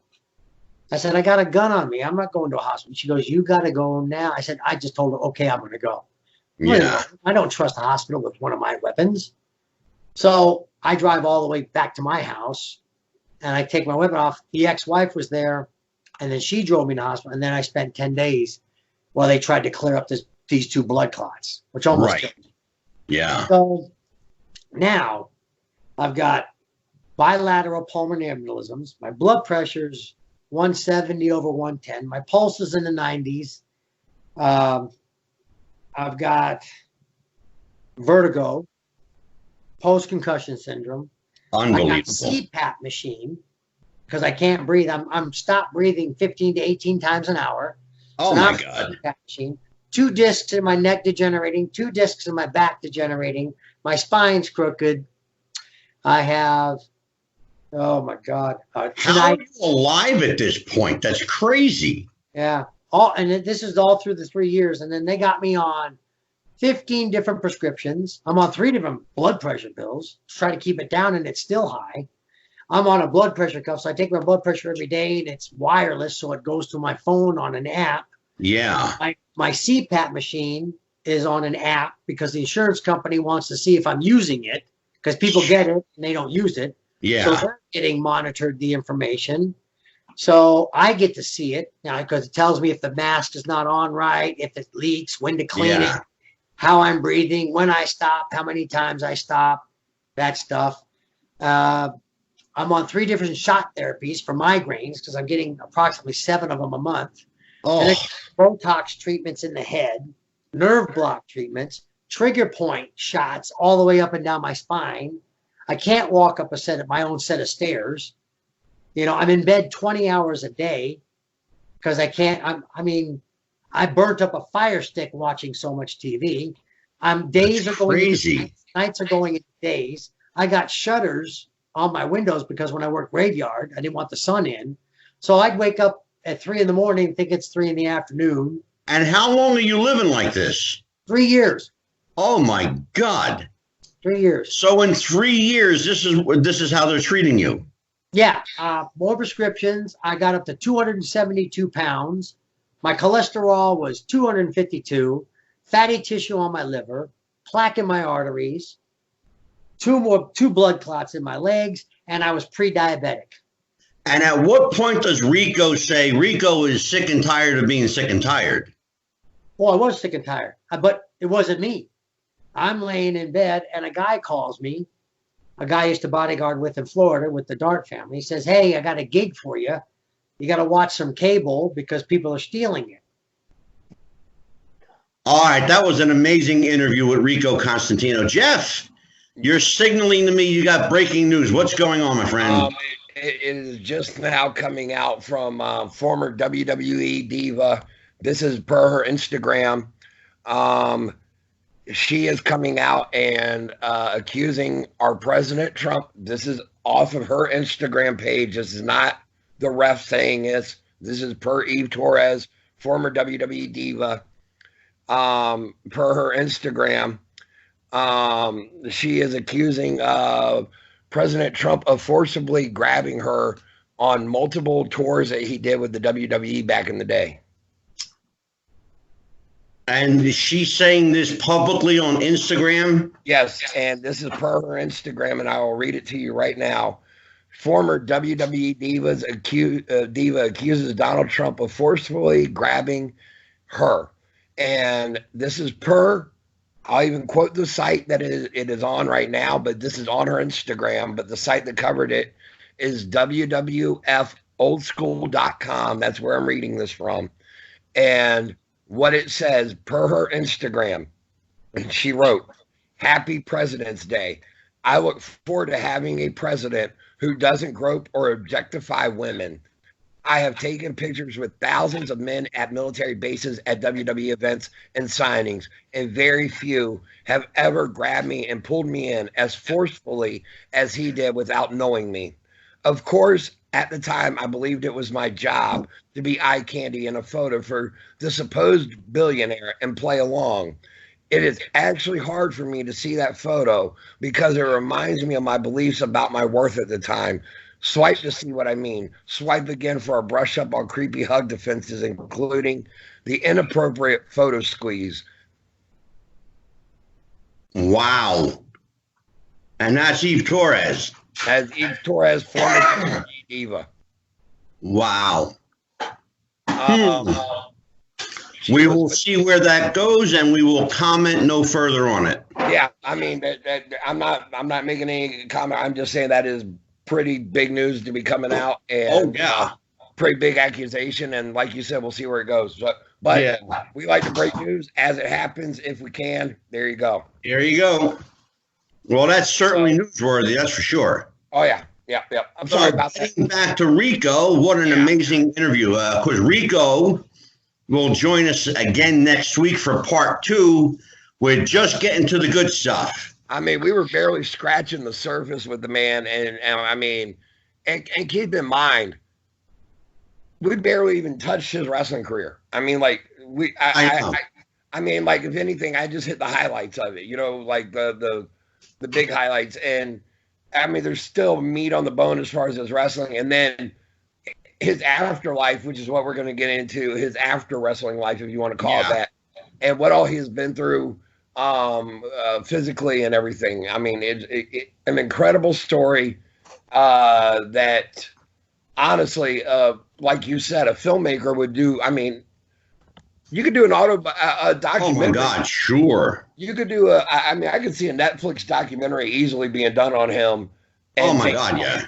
I mean, like, I mean, you're talking about a guy who You know, if the airplane story wasn't enough, right? If getting sick and almost dying twice wasn't enough, he went from the tragedy of that to triumphing over sickness. Yep. Being better. I think he's actually better now than he was in his wrestling heyday. I really do. He looked great. I mean, he looks healthier. He's got much more energy than I ever expected him to have. Now, keep in mind, Rico's 58 years old. He doesn't look it, no, he doesn't look it at all. He looks amazing.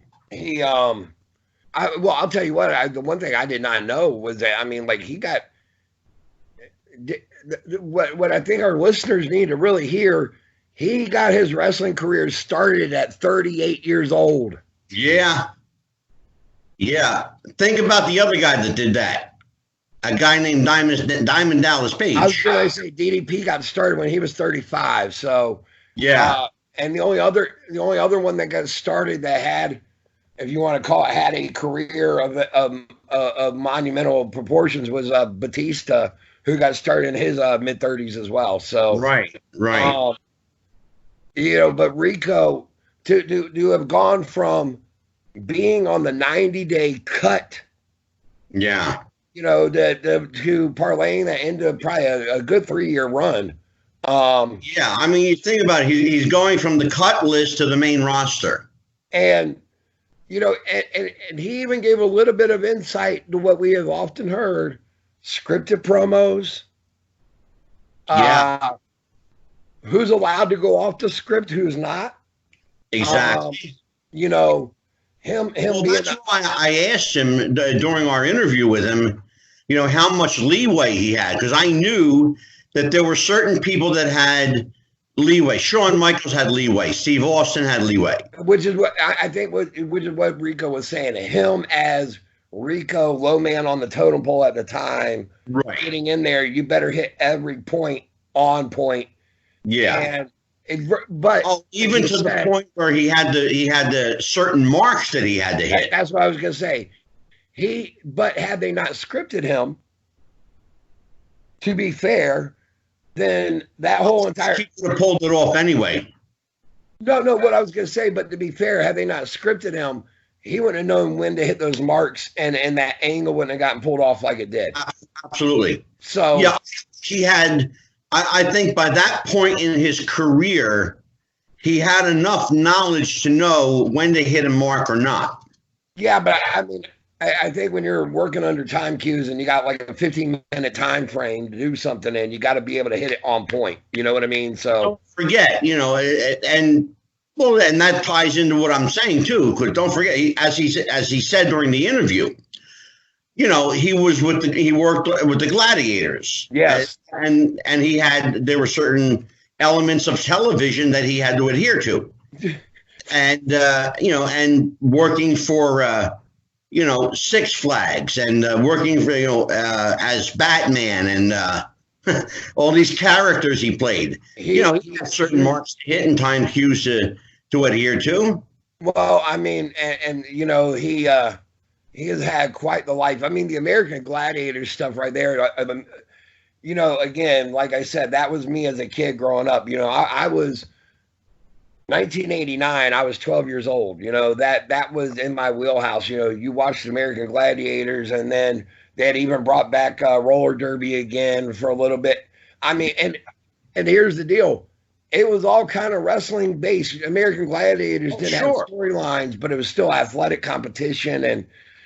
And now the one thing that I always wondered, and he kind of, I mean, to me, he kind of said any kind of myth that you may have had, it didn't sound like American Gladiators was a work. I mean, it sounded to me like it was a legit shoot. It was. So, but I think a lot of wrestling fans and wrestlers out there and everything assume TV show got to be a work. Well, yeah, but that's the mindset of the wrestling fan. Because there you go. There you go. So, wrestling fans are jaded. Well, especially the new school. Everything to them it can be worked, you know. So well, that's the skeptical mind of the wrestling fan. Yeah. So You know, back in the old days, you know, here I go putting my old man hat on. Back in the old days, you never questioned it. You just assumed that what you were seeing was real. well, I'll tell you what's funny is I have one of my roommates, I call him Angry Mark Dave, as you've heard me refer to him. He's a huge mega sports fan, and I can normally get him going and goad him in just by saying it's all work. All sports are work. They work it out ahead of time. I mean, within 10 minutes, 15 if I needle it really good, off and running. And You know how to get the heat out of people, don't you? I've often said if I hadn't been a referee, I would have been a great heel manager because I got away with with getting that heat. So Well, you said it on our last show. You're a natural heel. I am. I don't. I got a charisma about me that also makes me a heel. So, but Yeah. So let's talk about the refs roundtable. I know you yeah. say you recorded an episode or were going to. Well, I don't know if that came off or not. So tell everybody what's going on the roundtable. Well, here's the deal. Me and Mad Mike, Mean Mike, whatever we're gonna go by with him. He, me and Mean Mad Mike. There we go. we recorded. Let's just stick to Mad Mike. There you go. We recorded our first restaurant table on Sunday, right before the NXT takeover pay-per-view, and we went into kind of a brief preview, and we did ahead of time. We had already written down our picks on our match picks, and by the way, let me state, the referee, the guru, who knows, all perfect, swept it, did not miss one, and that was not reading any kind of dirt sheets or anything. I went just straight guessing on who or on what I thought was going to happen. Anyway, me and Mike are going to be dropping another one tomorrow. We're going to have another restaurant table. It's going to be hitting tomorrow afternoon. Okay. We were going to do one today. Unfortunately, he had things that had come up. So tomorrow afternoon, our listeners can tune in and they will hear me and Mike break down on the restaurant table NXT Takeover Portland, match by match, kind of our analysis on how it went. And I heard that it went exceedingly well. Let's remind everybody, it was the first NXT takeover without the support of the main roster. Yep. Or the company in general. They were out on what they call a standalone show. Yeah, they didn't have the safety net of a SummerSlam or a WrestleMania or. Well, let me ask you, Ref. Did you just used a really good term, safety net? Did they need it? No. Having seen the show, did they need it? Nope, not at all. I will tell our listeners, if you are not watching NXT, you are missing something right now. If you do not like Raw or you do not like SmackDown and they got you jaded on wrestling, watch NXT. It's not WWE. It is a whole nother product. It is. It really is. And I made a prediction on the last show too, that I thought within the next couple of years, and I really believe it, you're going to see NXT emerge as a completely separate unit. I could see it too. One thing. Right now, case in point, they got Charlotte getting ready to face Rhea Ripley at WrestleMania. And that's going to showcase the women's title, that showcase in NXT. I think that they are really trying to establish NXT as their own brand, but also let people know, hey, these kids can play with the big boys. You know what I mean? So yeah, you know what, Ref? Let's talk about that in a minute. Let's talk about Charlotte and Rhea. Yeah, I need your guru insight on this. Let me put the hat on. Okay. Is Charlotte spoiled by the championship? No, I think in a lot of ways she's a lot like her dad, that she feels she needs the championship to define her. Okay. And I don't think that it's necessary that that she does, but I think in her mind that unless she's champ, she's worthless. Is that her validation? Yeah, I think that to her says, we believe in you, we trust you, we know that you can handle it. You know, you can handle the load. And what do you make of the people who say that she's not the same Charlotte that she came in as? I think she's actually better. Well, that's an interesting point. We need to talk about that, because I went, you know, and I'm going to tell everybody, I don't watch a lot of the WWE product, but I went to the tube. Yep. And I watched a little, and Charlotte seemed to me to be lacking a bit of energy, especially in her facials. She looked like she was just kind of going through the motions for a little bit. I'll say this, probably for like the last year since she has not had that title, she kind of has had that look, that boo-boo face almost, as you would call it, or some people would. That's a great way to put it, Jeff. Boo-boo face. Of, I'm here, I'm going through the motions, but I want to be there. And yeah. And it's not, do not get me wrong. I don't think it's a matter of her being selfish and not wanting to share that spotlight. I think in her mind, she has to be main eventer. I think otherwise, again, she's not valid. Now that she's got something to sink her teeth into with this Rhea Ripley thing, yeah. I'm seeing a whole different Charlotte. I mean, you know, she's got that. I agree with you. Probably for the last year, she has kind of just gone through the motions and just been there. And now, but she's also had a lot going on personally behind the scenes that a lot of people, this is true too. I don't want to get too much into that, only because, you know, that's a rabbit hole that we're not prepared for yet. But I will say that Rhea holding the championship certainly does open a lot of possibilities, not only for Charlotte, but for the return, rumor has it, of one Miss Ronda Rousey. Yeah. What goes with that, Jeff? Well, I mean, Ronda Rousey, you know, she still has 2 years left on her deal that she owes WWE. And Ronda is money for the WWE. She is the female Brock Lesnar, whatever you want to call her. I mean, and her and Charlotte have they already matched up one-on-one, had an amazing match. And then last year, you know, they had their triple threat main event. But I think with Rhea Ripley being over here in NXT, I could see Ronda coming out at WrestleMania, reappearing, screwing Charlotte out of the belt, and looking at Ronda, looking at Rhea Ripley going, I've held the WWE women's title. Why not the NXT women's belt? Yeah, well, I mean, you want to talk about putting NXT on the map, you throw Ronda Rousey down there. Hello. Exactly. And truth be told, if you got somebody like Ronda who doesn't want that schedule, why not put her down there in NXT? It's the perfect fit. You know, so I'm actually going to go into, I'm going to sidebar into another real quick subject. Something we've talked about before with the NXT roster and guys not wanting to go up and whatever. Right. I could actually see guys on the main roster who want time off saying, hey, can I go down to NXT for the next year?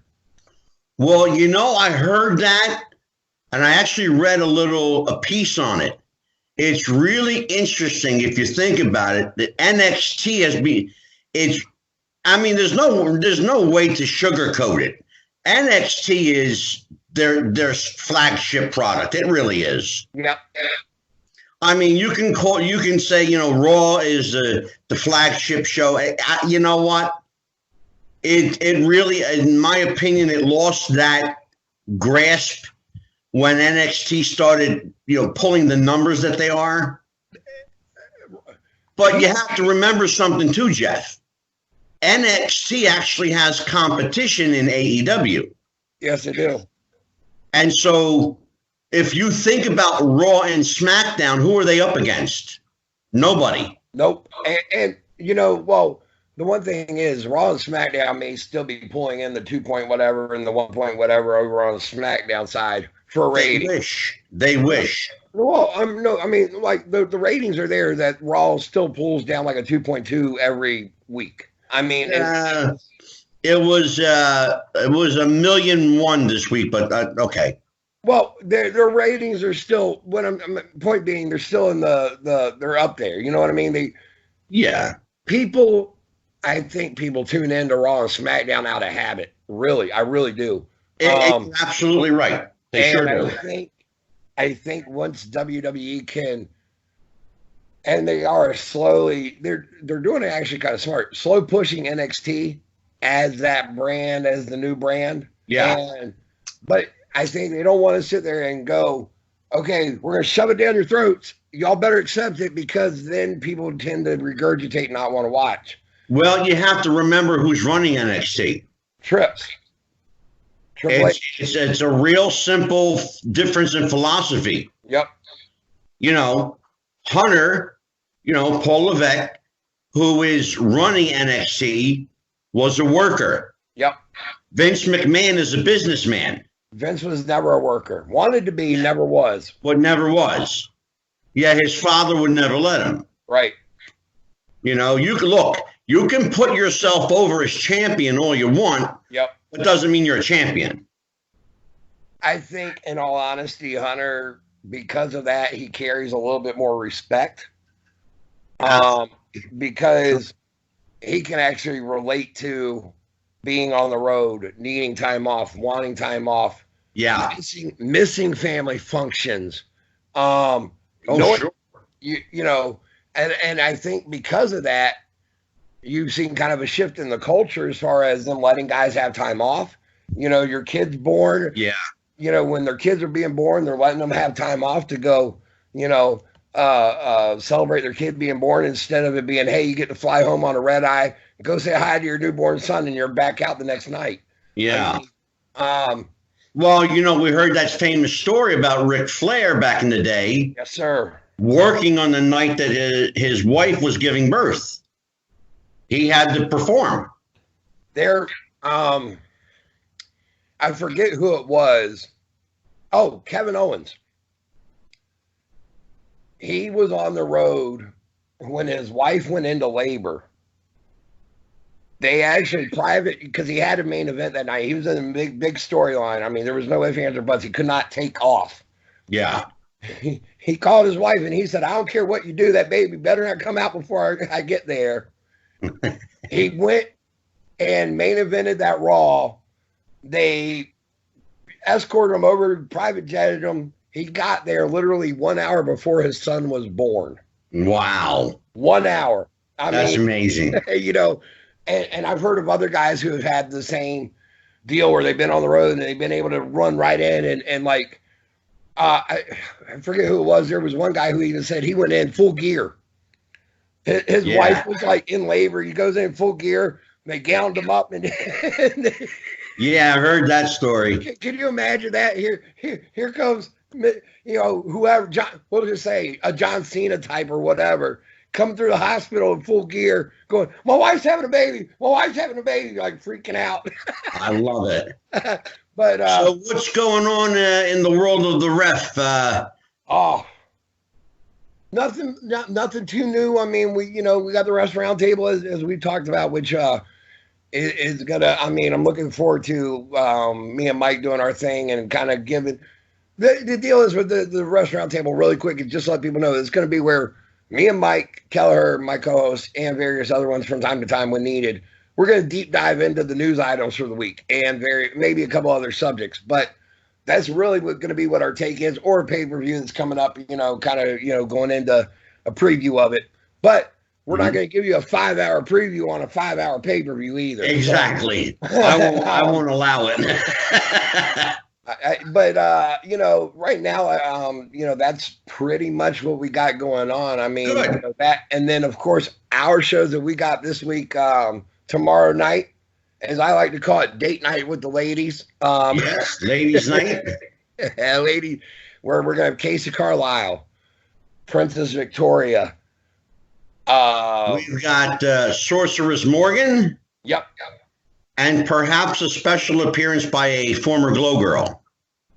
There you go. So, and you know that show's going to be interesting. I mean, you got Casey Carlisle, current wrestler on the Indies, Princess Victoria, 2.5-year stint, and yet everybody still remembers who she was.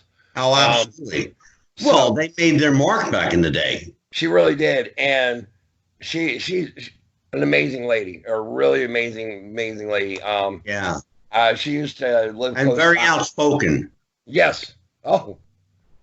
And trained with one of the toughest of all time, the Fabulous Moolah. Yeah, brother. And I'll tell you, Thursday is going to be a great show. We got Rob Feinstein from RF Video, founder of Ring of Honor and former ECW alumni. And the originator, pretty much, of the shoot interview. The shoot video, yes. Rob will be with us Thursday. And just to tell everybody, some of the upcoming guests on the show, Cowboy Johnny Mantell, Manny Fernandez, the Raging Bull, Jimmy Valiant will join us for part 2 of his conversation. Sal Corrente will be here to discuss part 2 with Bruno. J.J. Dillon will be with him, and Davey O'Hannon will join that show. We have Mrs. Wahoo McDaniel joining us. Karen McDaniel will be on the show with us. That's going to be... We're hoping to have Mrs. Ivan Koloff at some point. Yeah. The rep is working hard on getting Mrs. Koloff, Aunt Renee. Yeah, maybe we can get Aunt Renee up there with Mrs. McDaniel. I think there's a very good possibility on that one.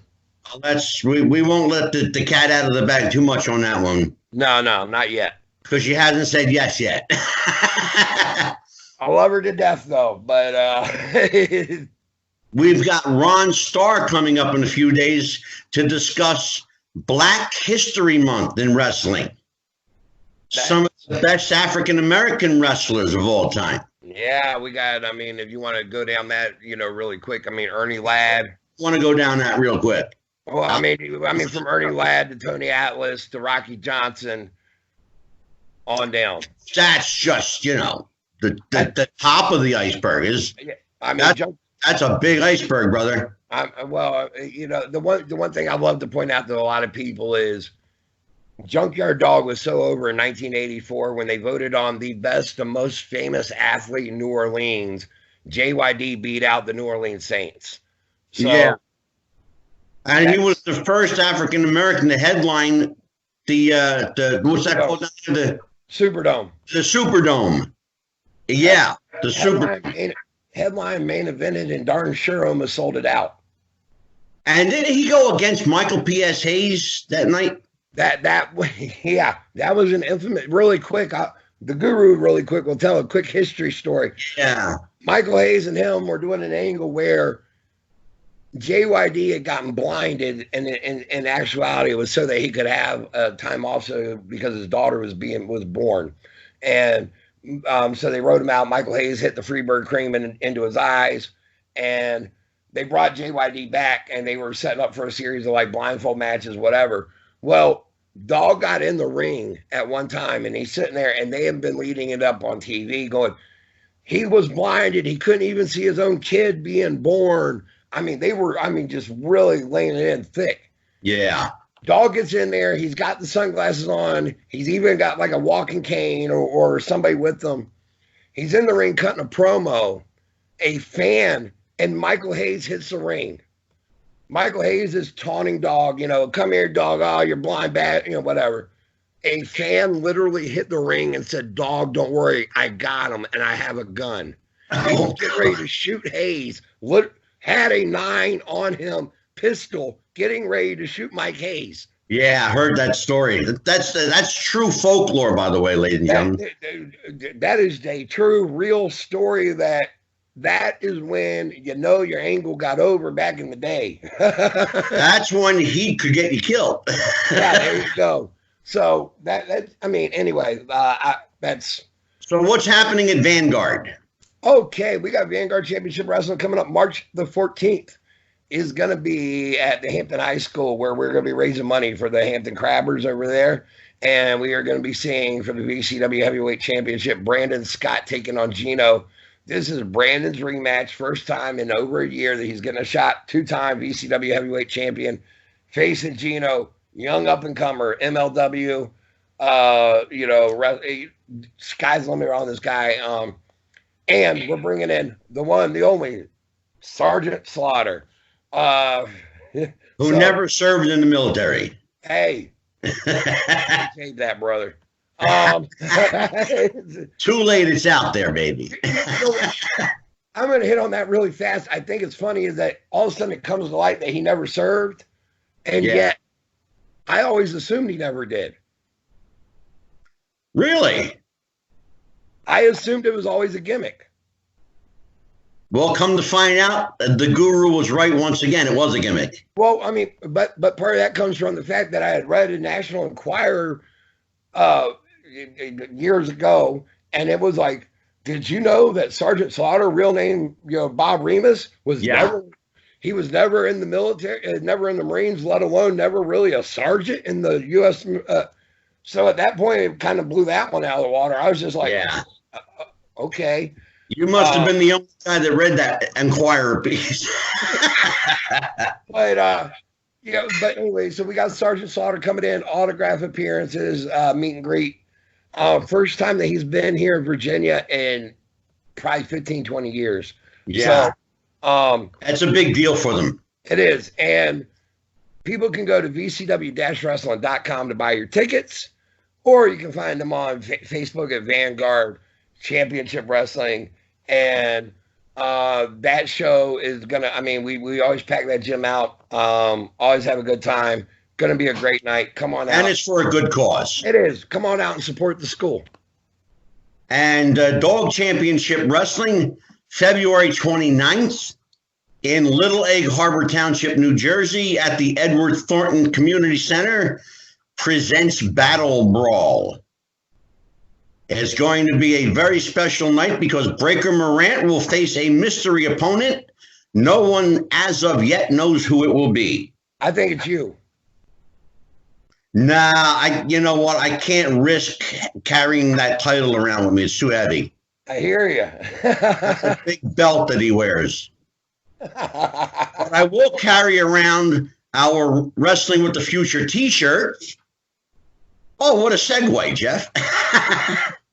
Hey, I did that good, didn't I? Yeah. I said But yeah, let's promo Dog. And they are February 29th, Little Egg Harbor Township, New Jersey at the Edward Thornton Community Center. It is Battle Brawl. It's going to be an action-packed night. It will benefit the Little Egg Harbor Township youth. So that's a good cause. Come on out for that one. Jaden is presenting an amazing event that night. Some of your favorites will be there. Patch and Vinny the Fixer, the Old School Empire, who, by the way, will appear on this show again. good. In late April. And we will have Patch. He promised me he will appear this time. If you watched the show the last time, Vinny ran solo. Yep. But did a hell of a job. Great interview it was. Sure did. Yep. And, of course, our friend Daredevil Dave Dahl Yeah. will wrestle his arch nemesis that night, Ray Jazz, and that'll be a hell of a match. Ray Jazz is an upcoming young guy, jacked to the gills, 21, and already built like The Rock. There you go.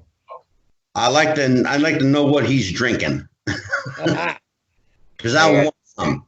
Now, you mentioned that we got T-shirts coming out. We do. They are in print right now. They will be on their way to the house in a few days. And they are in large, extra large, 2X, and one special shirt for Jeff the Ref in a special made 6X that they are giving us for free. For free? Yeah, you get yours for me, brother. There you go. We're that in for free. And how can people order these shirts? They can go to our Podbean website, They can go to our Facebook page, facebook.com/Wrestling with the Future. The link is on our Facebook page, and just check it out. Go to our Twitter. The link will be there.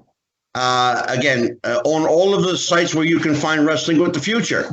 We're on Stitcher, Spotify, Podbean, Podbay, Google Play Music, iHearts, iTunes, the Philly piece. Now, I'm going to have to get with you here, Angelo. We're going to have to figure out some sort of maybe contest, incentive, something to where we can encourage our listeners if they buy a shirt or have a sign that says Wrestling with the Future podcast. Yeah. And you happen to get seen on a Raw or a SmackDown or an AEW, and you happen to be the audience, and you happen to be wearing our thing or have a... We need to come up with an incentive. We'll bring them on the show. Bring them on the show, and, you know, we'll see. Yeah. I'll tell you what we'll do. We'll bring them on the show, and they pick the subject matter for that night. There you go. Okay. Sounds good to me. Sound like a plan? Hey, there you go. That works. That works for me. All right. For Jeff the Ref, the guru who knew, the Encyclopedia Britannica of Pro Wrestling, I am Psychic Medium Angelo. We'll see you next week. Same time, same place. Goodbye, everybody, and happy wrestling. Good night, everyone.